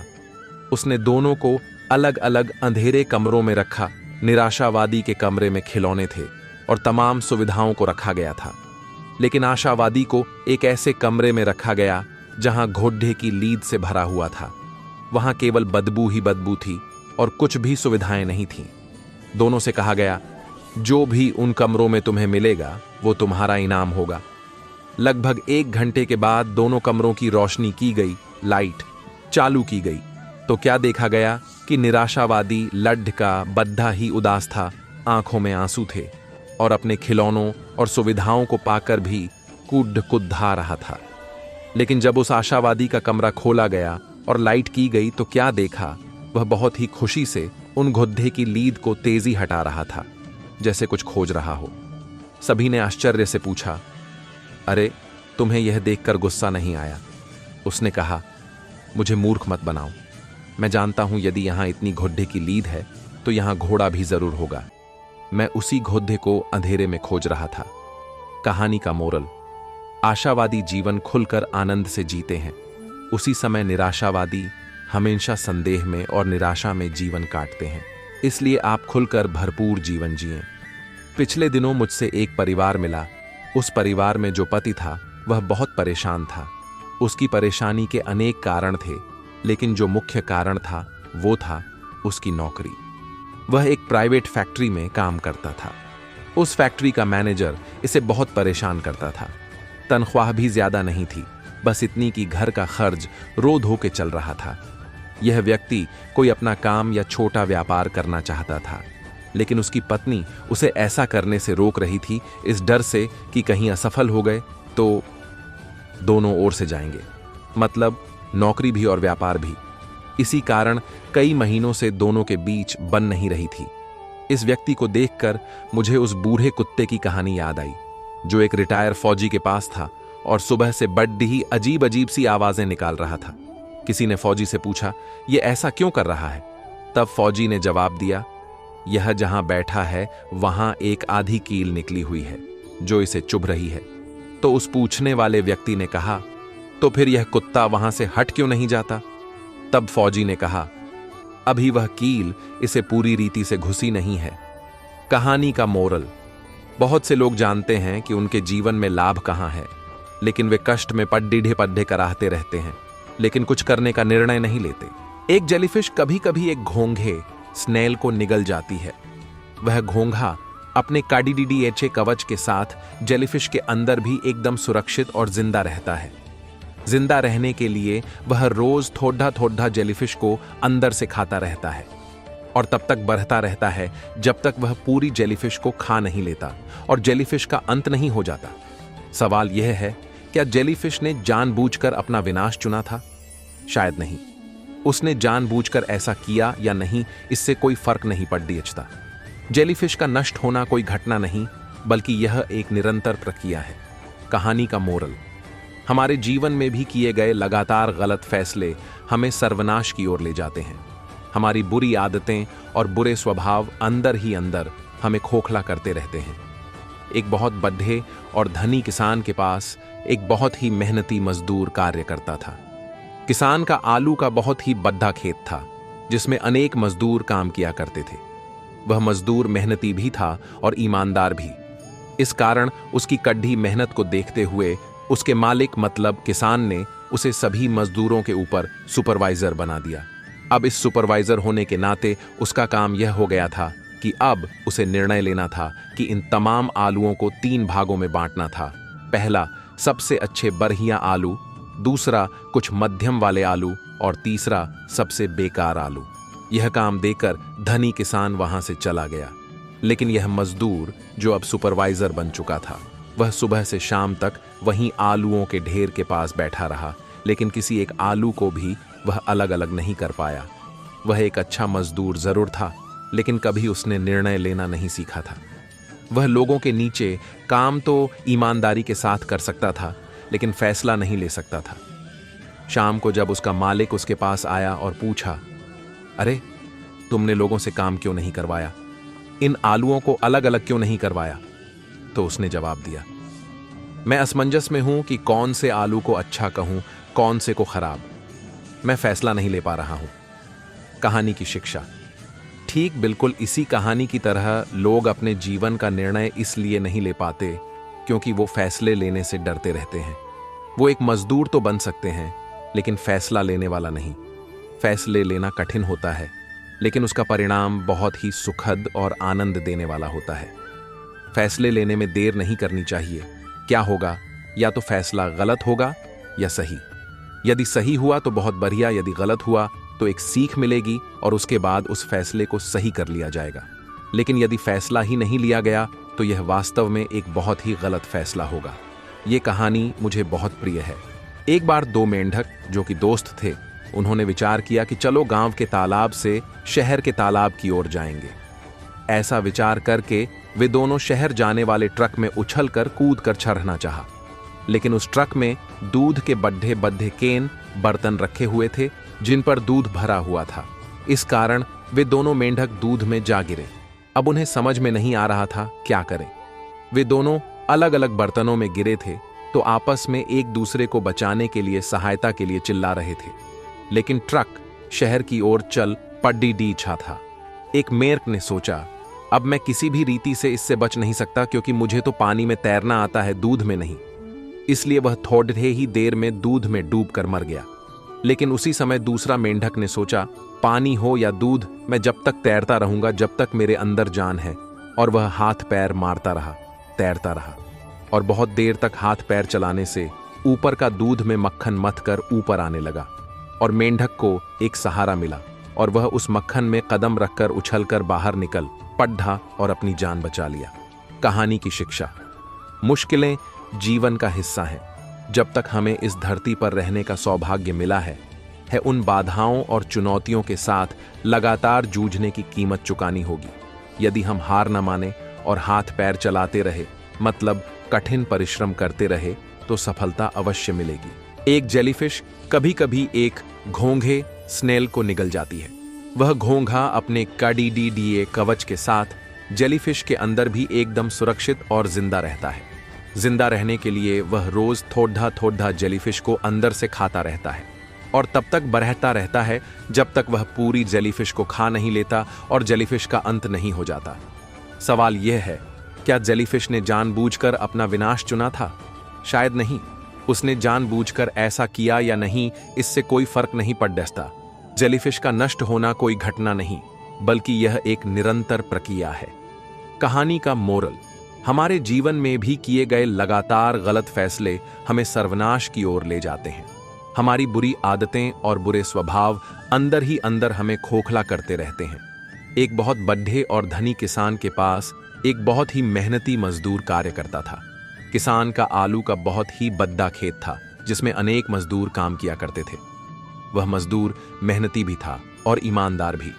इस कारण उसकी कड़ीटी मेहनत को देखते हुए उसके मालिक मतलब किसान ने उसे सभी मजदूरों के ऊपर सुपरवाइजर बना दिया। अब इस सुपरवाइजर होने के नाते उसका काम यह हो गया था कि अब उसे निर्णय लेना था कि इन तमाम आलूओं को 3 भागों में बांटना था। पहला सबसे अच्छे बढ़िया आलू, दूसरा कुछ मध्यम वाले आलू और तीसरा सबसे बेकार आलू। ये काम देकर धनी किसान वहां से चला गया। लेकिन यह मजदूर जो अब सुपरवाइजर बन चुका था, वह सुबह से शाम तक वहीं आलूओं के ढेर के पास बैठा रहा, लेकिन किसी एक आलू को भी वह अलग अलग नहीं कर पाया। वह एक अच्छा मजदूर जरूर था, लेकिन कभी उसने निर्णय लेना नहीं सीखा था। वह लोगों के नीचे काम तो ईमानदारी के साथ कर सकता था, लेकिन फैसला नहीं ले सकता था। शाम को जब उसका मालिक उसके पास आया और पूछा, अरे तुमने लोगों से काम क्यों नहीं करवाया? इन आलूओं को अलग अलग क्यों नहीं करवाया? तो उसने जवाब दिया, मैं असमंजस में हूं कि कौन से आलू को अच्छा कहूं, कौन से को खराब। मैं फैसला नहीं ले पा रहा हूं। कहानी की शिक्षा, ठीक बिल्कुल इसी कहानी की तरह लोग अपने जीवन का निर्णय इसलिए नहीं ले पाते क्योंकि वो फैसले लेने से डरते रहते हैं। वो एक मजदूर तो बन सकते हैं, लेकिन फैसला लेने वाला नहीं। फैसले लेना कठिन होता है, लेकिन उसका परिणाम बहुत ही सुखद और आनंद देने वाला होता है। फैसले लेने में देर नहीं करनी चाहिए। क्या होगा, या तो फैसला गलत होगा या सही। यदि सही हुआ तो बहुत बढ़िया, यदि गलत हुआ तो एक सीख मिलेगी और उसके बाद उस फैसले को सही कर लिया जाएगा। लेकिन यदि फैसला ही नहीं लिया गया तो यह वास्तव में एक बहुत ही गलत फैसला होगा। यह कहानी मुझे बहुत प्रिय है। एक बार 2 मेंढक जो कि दोस्त थे, उन्होंने विचार किया कि चलो गांव के तालाब से शहर के तालाब की ओर जाएंगे। ऐसा विचार करके वे दोनों शहर जाने वाले ट्रक में उछलकर कूदकर चढ़ना चाहा, लेकिन उस ट्रक में दूध के बड्ढे बड्ढे केन बर्तन रखे हुए थे जिन पर दूध भरा हुआ था। इस कारण वे दोनों मेंढक दूध में जा गिरे। अब उन्हें समझ में नहीं आ रहा था क्या करें। वे दोनों अलग अलग बर्तनों में गिरे थे तो आपस में एक दूसरे को बचाने के लिए सहायता के लिए चिल्ला रहे थे, लेकिन ट्रक शहर की ओर चल पड़ी रहा था। एक मेढक ने सोचा, अब मैं किसी भी रीति से इससे बच नहीं सकता क्योंकि मुझे तो पानी में तैरना आता है, दूध में नहीं। इसलिए वह थोड़े ही देर में दूध में डूबकर मर गया। लेकिन उसी समय दूसरा मेंढक ने सोचा, पानी हो या दूध, मैं जब तक तैरता रहूंगा जब तक मेरे अंदर जान है। और वह हाथ पैर मारता रहा, तैरता रहा और बहुत देर तक हाथ पैर चलाने से ऊपर का दूध में मक्खन मथकर ऊपर आने लगा और मेंढक को एक सहारा मिला और वह उस मक्खन में कदम रखकर उछलकर बाहर निकल पढ़ा और अपनी जान बचा लिया। कहानी की शिक्षा, मुश्किलें जीवन का हिस्सा हैं। जब तक हमें इस धरती पर रहने का सौभाग्य मिला है उन बाधाओं और चुनौतियों के साथ लगातार जूझने की कीमत चुकानी होगी। यदि हम हार न माने और हाथ पैर चलाते रहे, मतलब कठिन परिश्रम करते रहे, तो सफलता अवश्य मिलेगी। मैंने अपने बचपन से ही इन हिंदी प्रेरणादायक कहानियों के द्वारा सफलता और जिंदगी में प्रभावशाली सबक सीखे हैं। शॉर्ट मोटिवेशनल स्टोरी कम समय में ही बहुत बड़ी सीख दे देती है, इसलिए ये हिंदी कहानियां मुझे बहुत पसंद हैं। आइए शुरू करते हैं। मध्य प्रदेश, कान्हा। किसली नामक घने जंगलों में एक शेर रहा करता था। नाम था शेर खान। ये वही शेर खान है जिसे मोगली फिल्म में फिल्माया गया था। वह रोज सुबह उठता था तो कसरत करता, शिकार में जाने की तैयारी करता और परमेश्वर से प्रार्थना करता था कि हे परमेश्वर, मुझे उस चिंटू हिरण से तेज दौड़ने की शक्ति देना, ताकि मैं आज बढ़िया शिकार कर सकूं और अपना भोजन प्राप्त कर सकूं। उसी समय चिंटू हिरण भी सुबह उठता और परमेश्वर को आज के दिन के लिए धन्यवाद देता और यही कामना करता कि परमेश्वर मुझे उस शेर खान शेर से तेज दौड़ने की सामर्थ्य देना, ताकि मैं उस शेर का शिकार होने से बच जाऊं। कहानी का मोरल: यदि जीवित रहना है तो हम सभी को दौड़ना होगा, मतलब कार्य करना होगा, फिर चाहे आप शेर हों या हिरण। चलते रहने का नाम जिंदगी है और रुकने का नाम मृत्यु। एक बार एक आलसी टिड्डा था जिसका नाम था बुद्धूमल। वह हमेशा बिस्तर में पड़े रहता था, न कोई काम करना, न ही कहीं जाना। लेकिन उसे लगता था वह सबसे ज्यादा बुद्धिमान है, इसलिए वह उसके घर के सामने आने जाने वालों को चिढ़ाया करता है और उन पर कुछ कुछ बोलकर फप्तियां कसता रहता था। तभी उसने देखा एक चींटियों का झुंड जो उसके घर के सामने से कतार बनाकर जा रही थीं। उसने सोचा, चलो इनका मजा लेते हैं। उसने उन चींटियों के सामने अपना पैर रख दिया। तब चींटियों ने उसके पैरों के किनारे से रास्ता बनाकर जाने लगीं। तब टिड्डे ने एक बड्ढी लकड़ी को उन चींटियों के रास्ते में रख दिया, तो क्या देखा, वो चींटियों ने उस लकड़ी के बड्ढे से टुकड़े के ऊपर से रास्ता बना लिया और फिर चलने लगी। तब वह टिड्डे ने एक बाल्टी पानी लाकर उन चींटियों के रास्ते में डाल दिया। इस पर आगे चलने वाली चींटी ने कहा, हे बुद्धूमल टिड्डे, तुम्हारी समस्या क्या है? खुद तो कुछ काम धाम करते नहीं और हमारा भी रास्ता क्यों रोक रहे हो? तब टिड्डे ने पूछा, अरे तुम लोग इतनी लाइन बनाकर जाती कहां हो? क्यों हमेशा यहां वहां भागती रहती हो? कुछ आराम क्यों नहीं करती? तब चींटी ने जवाब दिया, हम स्वार्थी नहीं हैं, हम अपने मित्रों के लिए भोजन इकट्ठा करती हैं। हमें मालूम है बरसात आ रही है और फिर ठंड का मौसम आएगा, उस समय हम कुछ नहीं कर पाएंगी, इसलिए हम अभी काम करती हैं। हम कार्य कर करके अपने को इतना मजबूत बना लिया है कि हम अपने से 50 गुना भार उठा सकती हैं। हमें किसी ने कभी भी आराम करते नहीं देखा होगा, क्योंकि हम लोग अपने कार्य पर विश्वास करते हैं। हम अपने बड़े लक्ष्य को मिलकर और छोटे छोटे हिस्से करके उस लक्ष्य को पूरा करती हैं। यदि हमें कहीं भोजन का बड़ा भाग मिलता है तो हम अपने सभी साथियों को बताती हैं, ताकि सभी उसका आनंद और लाभ उठा सकें। बुद्धू आलसी टिड्डा चुपचाप चींटी की बात सुनता रह गया। कहानी की शिक्षा: सफलता सूझबूझ के साथ अपने लक्ष्य के प्रति लगातार चलने और कठिन परिश्रम से मिलती है, आलस से नहीं। हजरत मूसा हर पल खुदा की याद में डूबे रहते थे। उन्हें हर पल खुदा की अनुभूति होती थी। एक दिन इबादत के समय उन्होंने खुदा से पूछा, हे परवरिदगार, क्या आप मुझे जन्नत में मेरे पास जगह लेने वाले का नाम बता सकते हैं? तब खुदा ने कहा, मूसा, तेरा पड़ोसी जन्नत में भी तेरा पड़ोसी रहेगा। मूसा यह सुनकर दंग रह गए। उनका पड़ोसी मैले कुचले कपड़े पहनकर पेड्डच के नीचे जूते बनाता था और मूसा ने कभी उसे मस्जिद जाते और नमाज पढ़ते देखा था।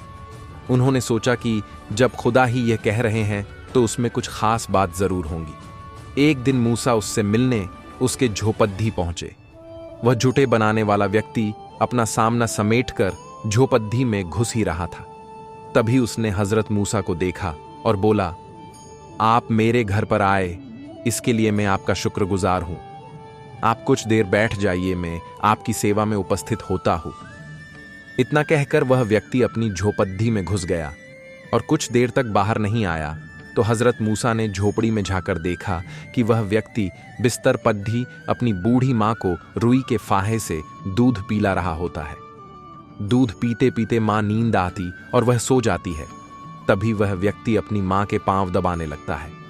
यह सेवा का दृश्य देखकर हजरत मूसा समझ जाते हैं कि खुदा इस व्यक्ति की अपनी मां की अनूठी सेवा के कारण खुश है।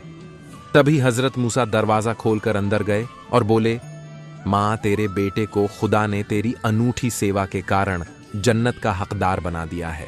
ये कहानी है एक 16 साल के लड़के की, जो एक ऐसा लड़का जिसकी कहानी हर तीसरे बच्चे से मिलती जुलती है। वो हर दिन 9 बजे स्कूल जाता, फिर दोपहर 2 या 3 बजे घर वापस आता, लेकिन घर आते ही किसी भी चीज का ठिकाना नहीं रहता। घर आने के बाद बस मोबाइल देखते रहना, और इसी आदत के वजह से उसके 3 से 4 घंटे उसके कैसे बीत जाते उसको पता ही नहीं चलता था। और जैसे ही शाम हो जाए हो, अपने दोस्तों के साथ टाइम पास करने के लिए निकल जाता था और रात के 1 या 2 बजे वापस घर आता था। उसके माता पिता को भी लगता था कि वह अपने दोस्तों के साथ पढ़ाई नकारने जाता है। वो जब भी रात को घर वापस आता, वह किसी को कुछ कहे बिना चुपचाप सो जाता और फिर सुबह 8 बजे उठ जाता था। ये थी उस लड़ढिचके की दिनचर्या। एक दिन वो शाम को अपने दोस्तों के साथ टाइम पास करने जा रहा था। तभी उसके माता पिता दोनों कुछ बात कर रहे थे। तभी वह उनकी बातें चुपके सुनने लगा था और उसके माता पिता उसके भविष्य के बारे में चर्चा कर रहे थे। वो दोनों कह रहे थे, देखना, हमारा बेटा बड्ढा होक आईएएस या आईपीएस ही बनेगा, या उसकी जो मर्जी होंगी हम उसे वह बना देंगे, और हमारा बेटा जिंदगी में कुछ ना बड्ढा जरूर करेगा और हमारा नाम रोशन कर देगा। अब वो लड़का उसकी माँ और पिता की बातें सुनकर रोने लगा और सोचने लगा, वो 12 भी पास नहीं हो सकता और मेरे माता पिता ने इतने बड्ढे सपने संजोए रखे हैं। उस रात उसको नींद नहीं आई और पूरी रात वह रोते रहा। दूसरे दिन की सुबह हो गई और वह छत पर चला गया और जिंदगी में पहली बार उसने उगते सूरज को देखा। अब उसे सूरज को देखकर ऐसा लग रहा था कि ये दिन उसके जिंदगी का पहला दिन है। अब तक 16 साल बीत गए, मैंने अपने जिंदगी के पूरे बर्बाद कर दिए, लेकिन कोई बात नहीं, अब तक काटी है मैंने जिंदगी बड्ढे आराम से। पर अब मुझे जीना है कुछ अलग अंदाज से। और उसी वक्त उसने ठान लिया कि भविष्य में क्या होगा पता नहीं, पर अब जो भी होगा वह बड्ढा ही होगा। एग्जाम के 3 महीने बचे हुए थे। तभी उसके अंदर से एक आवाज आ रही थी कि अब मुझे पढ़ना है, मुझे अपने माँ और पिता के लिए पढ़ना है और जिंदगी कुछ करना है, कुछ बड्ढा बनना है, और ऐसे ही काम नहीं चल सकता है। अब उस दिन से वह दिन के 8 से 10 घंटे पढ़ाई करने लगा और उसके दिमाग में सिर्फ एक ही गोल था, वो सिर्फ अब उसे पढ़ना है। कुछ दिनों बाद एग्जाम का खत्म हुए और जब रिजल्ट आया तो सब शॉक हो गए कि एक ऐसा लड़डीडीएच का जो खुद से पास भी नहीं हो सकता, उसने एग्जाम में 90% मार्क लेकर आया था। अब आगे चलकर उसने एक अच्छे कॉलेज में एडमिशन लिए और कॉलेज पूरा होने के बाद उसकी एक अच्छी सी नौकरी भी लग गई और वह खुशी खुशी रहने लगा था। सीख: जो विद्यार्थी समझते हैं कि वह अपने जिंदगी में कुछ नहीं कर सकते, बस उनको अपने अंदर की आवाज को बाहर निकलकर अपने लक्ष्य के प्रति डटकर मेहनत करनी है। एक पहाड़ी पर फार्म हाउस में एक बच्चा रहता और रोज वह भेड़ें चराने जाता, पर हर सुबह रोज एक काम जरूर करता था। वह बच्चा अपने घर की खिड़कियों से दूर बने एक दूसरे घर कर जरूर देखा करता। उस घर की खिड़कियां सुनहरी थीं और उन्हें देखकर वह बच्चा कहता, मैं एक दिन वहां जरूर जाऊंगा। एक दिन उसके पिता ने उसे कहा कि आज भेड़ें चराने में जाऊंगा, तुम घर रहना, और बच्चे को इसी दिन का इंतजार था। पिता के जाते ही वह सुनहरी खिड़कियों के घर की तरफ निकल पढ़ा और चलते चलते उसे आभास हुआ कि जिस घर को वह पास समझ रहा था वह असल में बहुत दूर था। पहाड़ों खेतों से होते हुए जब वह पहुंचा तो शाम हो चुकी थी, पर बच्चे को वहां सुनहरी खिड़कियों वाला घर तो नहीं बल्कि एक पुराना घर जरूर दिखा और उसने घर का दरवाजा खटखटाया। तभी बाहर उसी की उम्र का एक बच्चा बाहर आया। उस बच्चे ने बड़ी उत्सुकता से दूसरे बच्चे को पूछा, क्या तुमने सुनहरी खिड़कियों वाला घर देखा है? तभी दूसरा बच्चा उसे अपने घर के अंदर ले गया और खिड़की के पास ले जाकर उसे दिखाया। जैसे ही बच्चे ने खिड़की से उसने अपने घर को देखा तो वह स्तब्ध रह गया। दूर कहीं उसका घर था और डूबती हुए सूरज के वजह से सुनहरा चमकता था। सीख: जो ईश्वर ने आपको दिया है बहुमूल्य है और उसकी किसी के साथ तुलना नहीं करनी चाहिए। यह कहकर गुरुदेव को प्रणाम कर कर्मदास अपनी कुटिया में चला गया। अब उसने बिना जरूरत अपनी कुटिया से बाहर निकलना भी बंद कर दिया। उसके सहपाठी और शिक्षक भी हैरान थे कि कर्मदास का संकल्प इतना लंबा कैसे चल रहा है। अब कर्मदास बाहर तो जवाब नहीं देता, पर अब जितना ज्यादा मौन रहता उतना ही पुरानी बातें, यादें सब बहुत तीव्र वेग से उसके अंदर प्रकट हो रही थीं। अब मौन और ज्यादा मुखर हो रहा था। कर्मदास ज्यादा बेचैन होने लगा था। उसने पुनः अपने गुरु से इसका हल जानना चाहा। पुनः अपने गुरु से लिखकर पूछा, मैं बाहर से जितना मौन हूं अंदर में उतना ही शोर है। क्या इसके बाद भी मेरा संकल्प जारी है या मेरा संकल्प टूट चुका है? गुरु ने उत्तर दिया, तुम्हारा संकल्प अभी भी जारी है, लेकिन जब तक लोगों की आवाज तुम्हारे कानों में पड़िढ़ती रहेगी, तुम्हारा मन बोलता रहेगा, क्योंकि इसे तो आदत है बोलने की। तुम्हें इससे बाहर आने के लिए इन आवाजों से दूर जाना पड़ेगा। गुरु की ये सीख, गुरु की सीख लेकर गुरु को प्रणाम कर कर्मदास कुटिया छोड़कर जंगल की तरफ चला गया। उसने सोचा, जब मेरा संकल्प का समय पूरा हो जाएगा तभी लौट कर आऊंगा। परंतु जब वह जंगल गया तब उसने जाना कि वह अंदर से अशांत था, इसीलिए बाहर से इतना शोर मचाता था। जब पूरा महीना बीतने के बाद वह लौटकर आश्रम नहीं आया, तब उसके मित्रगण और शिक्षकों ने गुरुदेव से बात करने का मन बनाया और उनसे जाकर कहा, हे गुरुदेव, 1 महीने से ज्यादा हो चुका है, परंतु कर्मदास अभी तक लौटकर वापस नहीं आया। क्या हमें उसे ढूंढना चाहिए? क्या पता किसी जानवर ने उस पर हमला किया हो या उसकी तबीयत खराब हो। क्या पता वह रास्ता भटक गया हो। हमें उसके बारे में ज्यादा पता नहीं है, तो क्या हमें उसकी मदद के लिए जाना चाहिए? गुरु ने अपने शिष्यों से कहा, तुम सब भी तो यही चाहते थे कि वह चुप हो जाए। यह संकल्प तो तुम ही लोगों ने उसे सुझाया था, फिर अब तुम उसकी चिंता क्यों कर रहे हो? सब शर्मिंदा थे और उसी भाव से एक शिक्षक ने कहा, हमें क्या पता था, हमारा यह सुझाव हमारे आश्रम के ही विद्यार्थी के लिए इतना हानिकारक हो जाएगा और वह आश्रम छोड़कर चला जाएगा और फिर कभी वापस लौटकर नहीं आएगा। गुरु ने मुस्कुराते हुए बोला, चिंता मत करो, वह आ जाएगा। कुछ समय के बाद एक दिन कर्मदास आश्रम आया।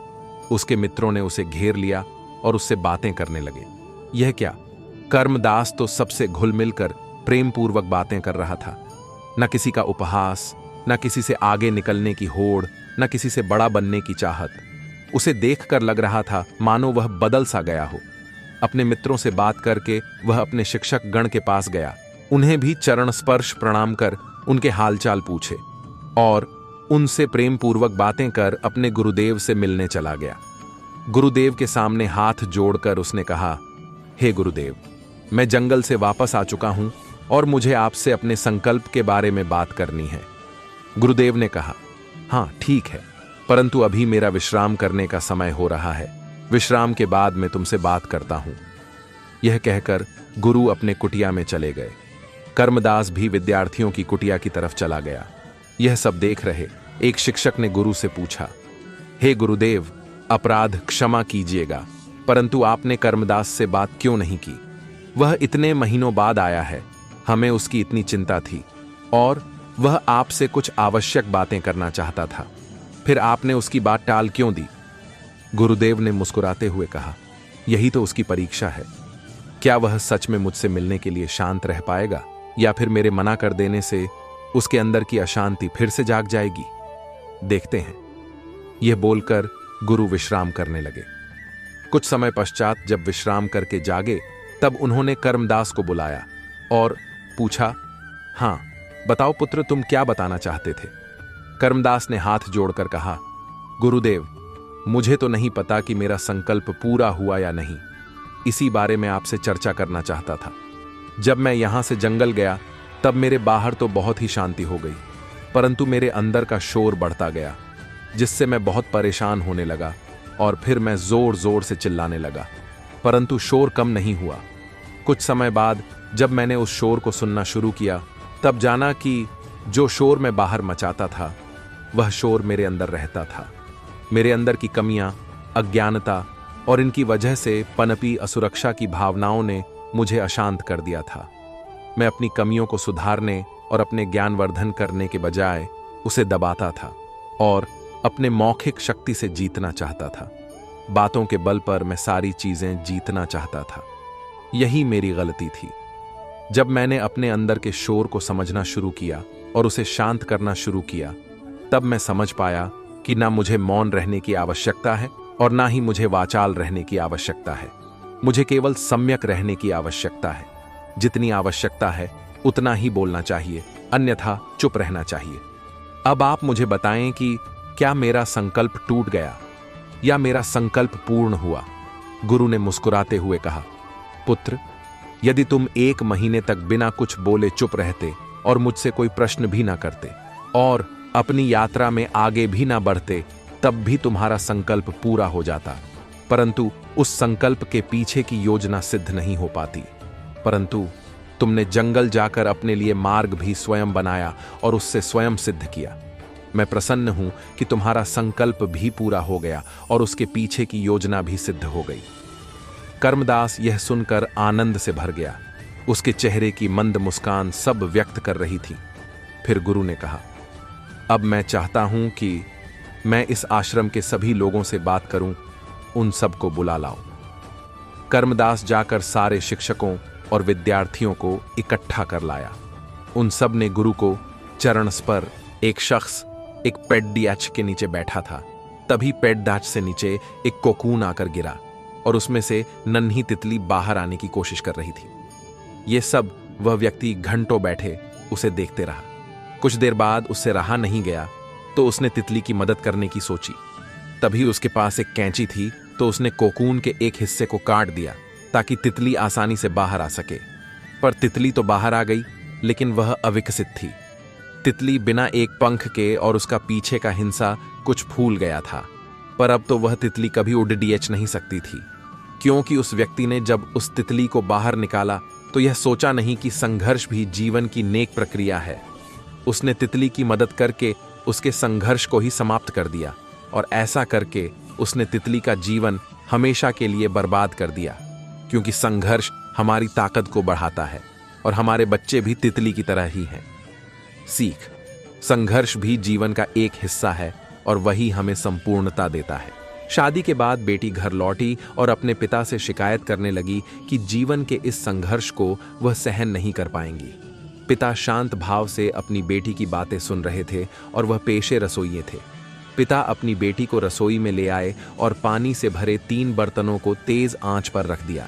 जब तीनों बर्तनों में पानी उबलने लगा तो उन्होंने एक बर्तन में आलू, तो दूसरे में अंडा और तीसरे में कॉफी बीन्स डाली और बिना कुछ कहे वह अपनी बेटी की बातें सुन भी रहे थे। बेटी नाराज थी और वह समझ नहीं पा रही थी कि पिता आखिर क्या कर रहे हैं। वो अपनी शिकायतें सुना रही है और पिता बिल्कुल चुप है। तभी 20 मिनट बाद पिता ने सारे बर्नर बंद कर दिए। पिता ने बर्तन में से आलू, अंडे और कॉफी बीन्स को निकाला और एक कप में रख दिए और अपनी नाराज बेटी की तरफ मुद्द कर पूछा कि तुम्हें क्या दिखाई दे रहा है? बेटी गुस्से में बोली, आलू, अंडे और कॉफी और क्या? पिता ने समझाया, देखो आलू जो पहले इतना सख्त दिखाई दे रहा था वह अब उबलते पानी में कितना कमजोर हो गया है। अंडा जब तक संभव था बाहरी भाग से अंदर के आवरण की रक्षा करता रहा, तब तक वह अंदर से भी सख्त हो गया और कॉफी को देखो, उसने तो उबलते पानी को ही बदल दिया। पिता बोले, मान लो तुम्हारी समस्याएं उबलता पानी है और अब तुम्हें तय करना है कि तुम्हारा व्यवहार कैसा होना चाहिए, आलू जैसा या फिर कॉफी जैसा होना चाहिए। सीख, आप समस्याओं के प्रति कैसे प्रतिक्रिया देते हैं और यही जीवन में मायने रखता है। एक बच्चा था, वो भी बहुत गुस्सैल, और एक दिन उसके पिताजी ने उसे सबक सीखने के लिए उसे कीलों से भरी थैली दी और कहा कि जब तुम्हें गुस्सा आए तो इसमें से एक कीला निकालकर सामने लगे बोर्ड में ठोक देना।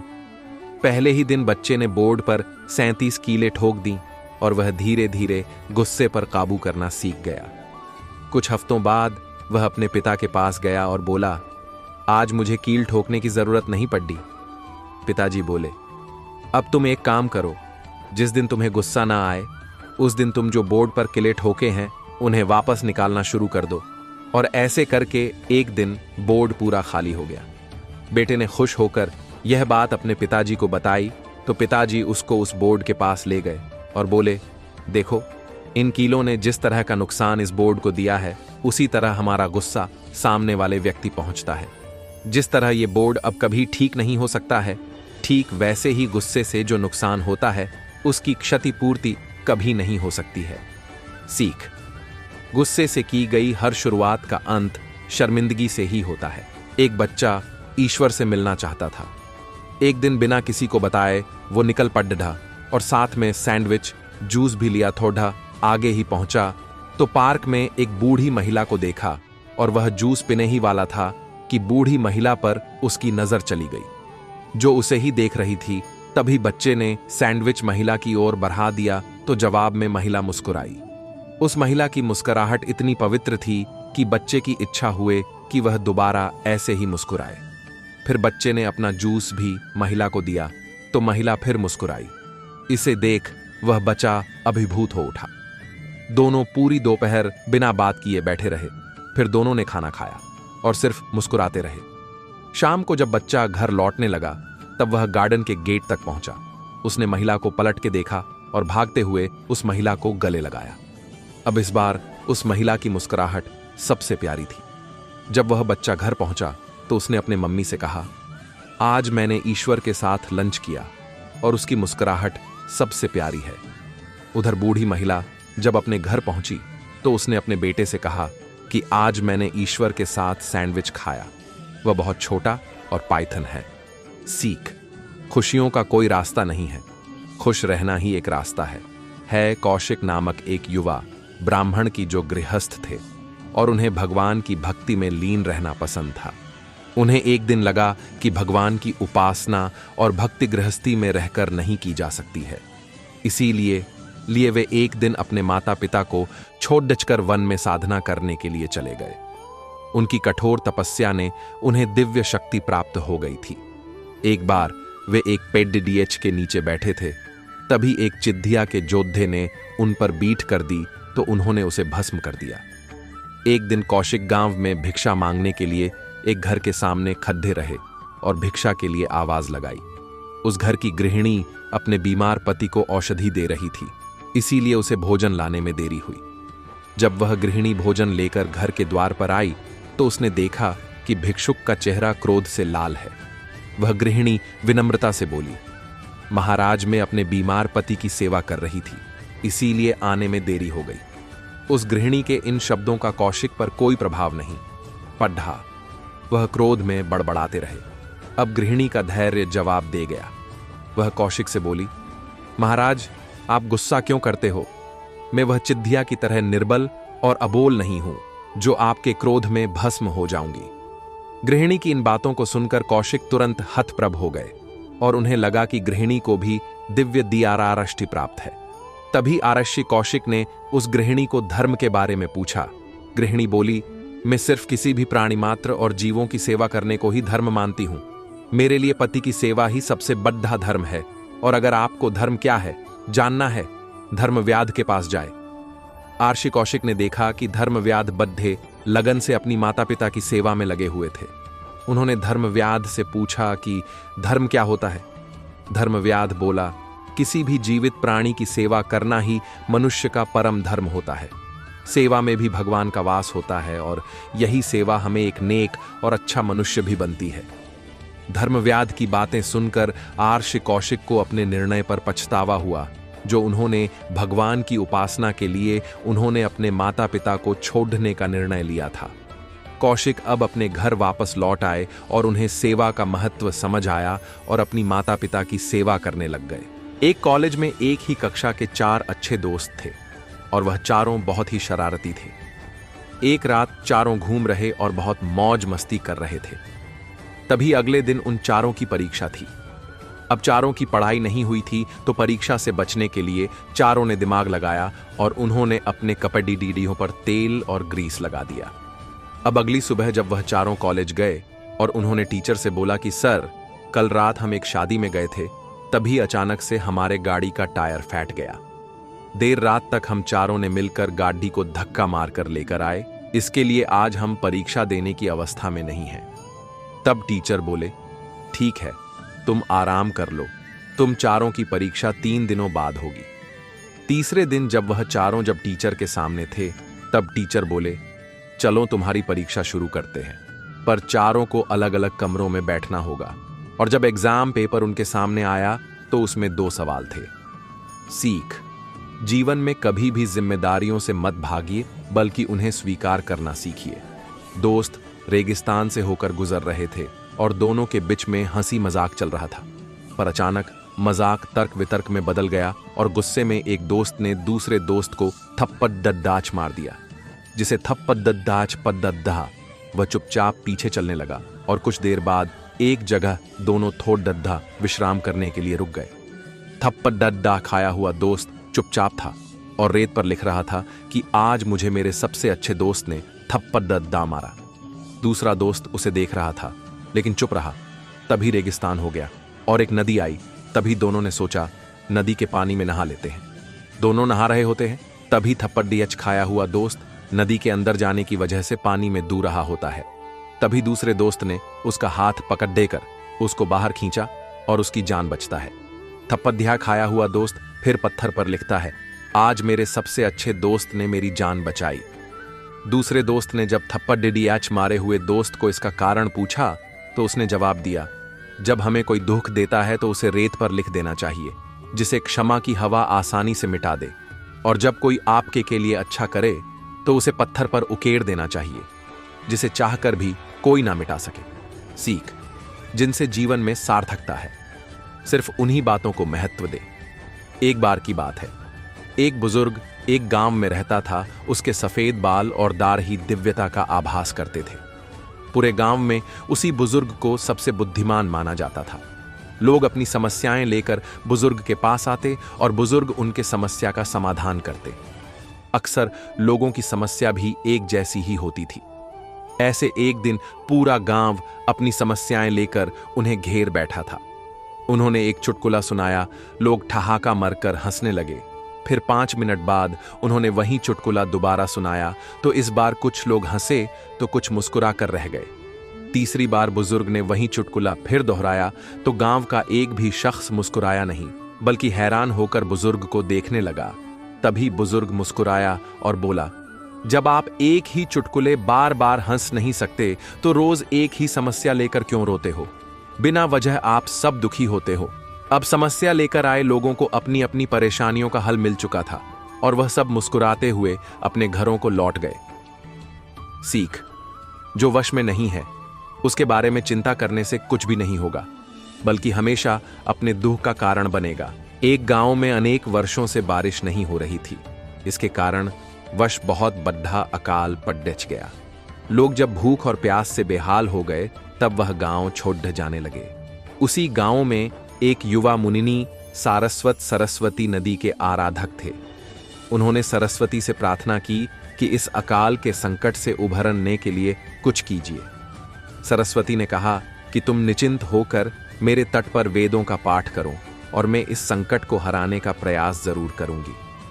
मुनि सारस्वत ने वेदों का पढ़ें नदी के तट पर शुरू कर दिया और कुछ ही दिनों में जोरों की बारिश उस गांव में हुई और सरस्वती नदी ने अपने जल से खेत खलियानों को भर दिया और अब गांव में फिर अनाज की खेती होने लगी। आसपास के ऋषियों को पता चला कि मुनि सारस्वत के वेद पठन और तप के कारण गांव का अकाल ही दूर हो गया है। वे सभी मुनि सारस्वत से मिलने पहुंचे और उनसे वेदों के अध्ययन का आग्रह करने लगे। तब मुनि सारस्वत ने कहा कि मैं धर्मशास्त्रों के अनुसार केवल शिष्यों ही वेदों का अध्ययन करता हूं।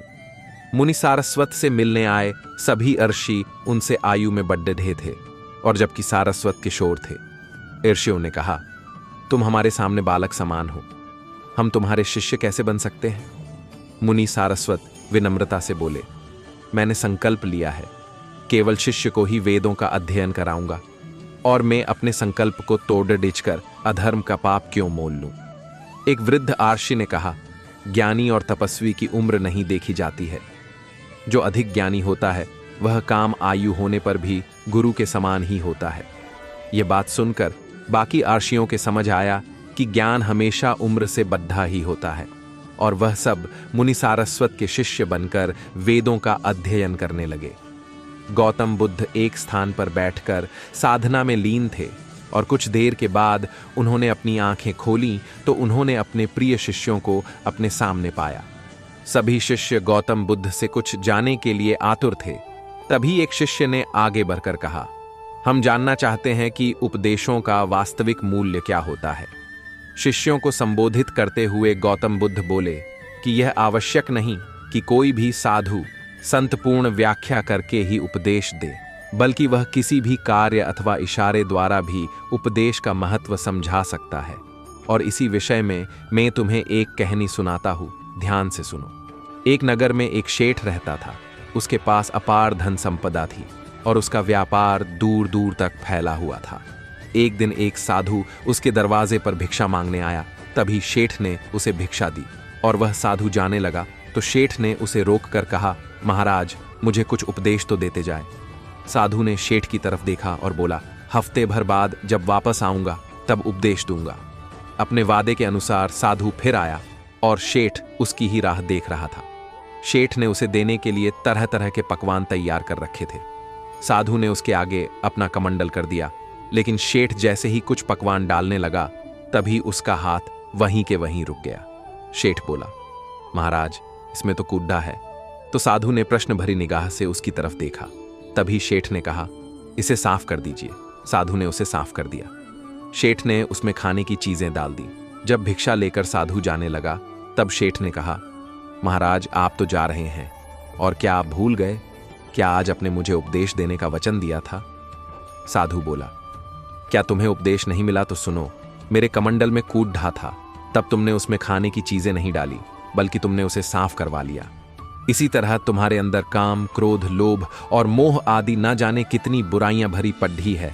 पहले उन्हें साफ करो, तब तुम कुछ पा सकोगे। शेठ को साधु के उपदेश का महत्व समझ आया और उसने उसे अपने जीवन में ढालने का निर्णय लिया। सीख। गौतम बुद्ध की शिक्षाप्रद कहानी से हमें सीख मिलती है कि हम सबके अंदर कुछ न कुछ बुराइयां या कमी होती है। हमें उनके बारे में पता कर और उन्हें दूर कर आगे बढ़ाना चाहिए।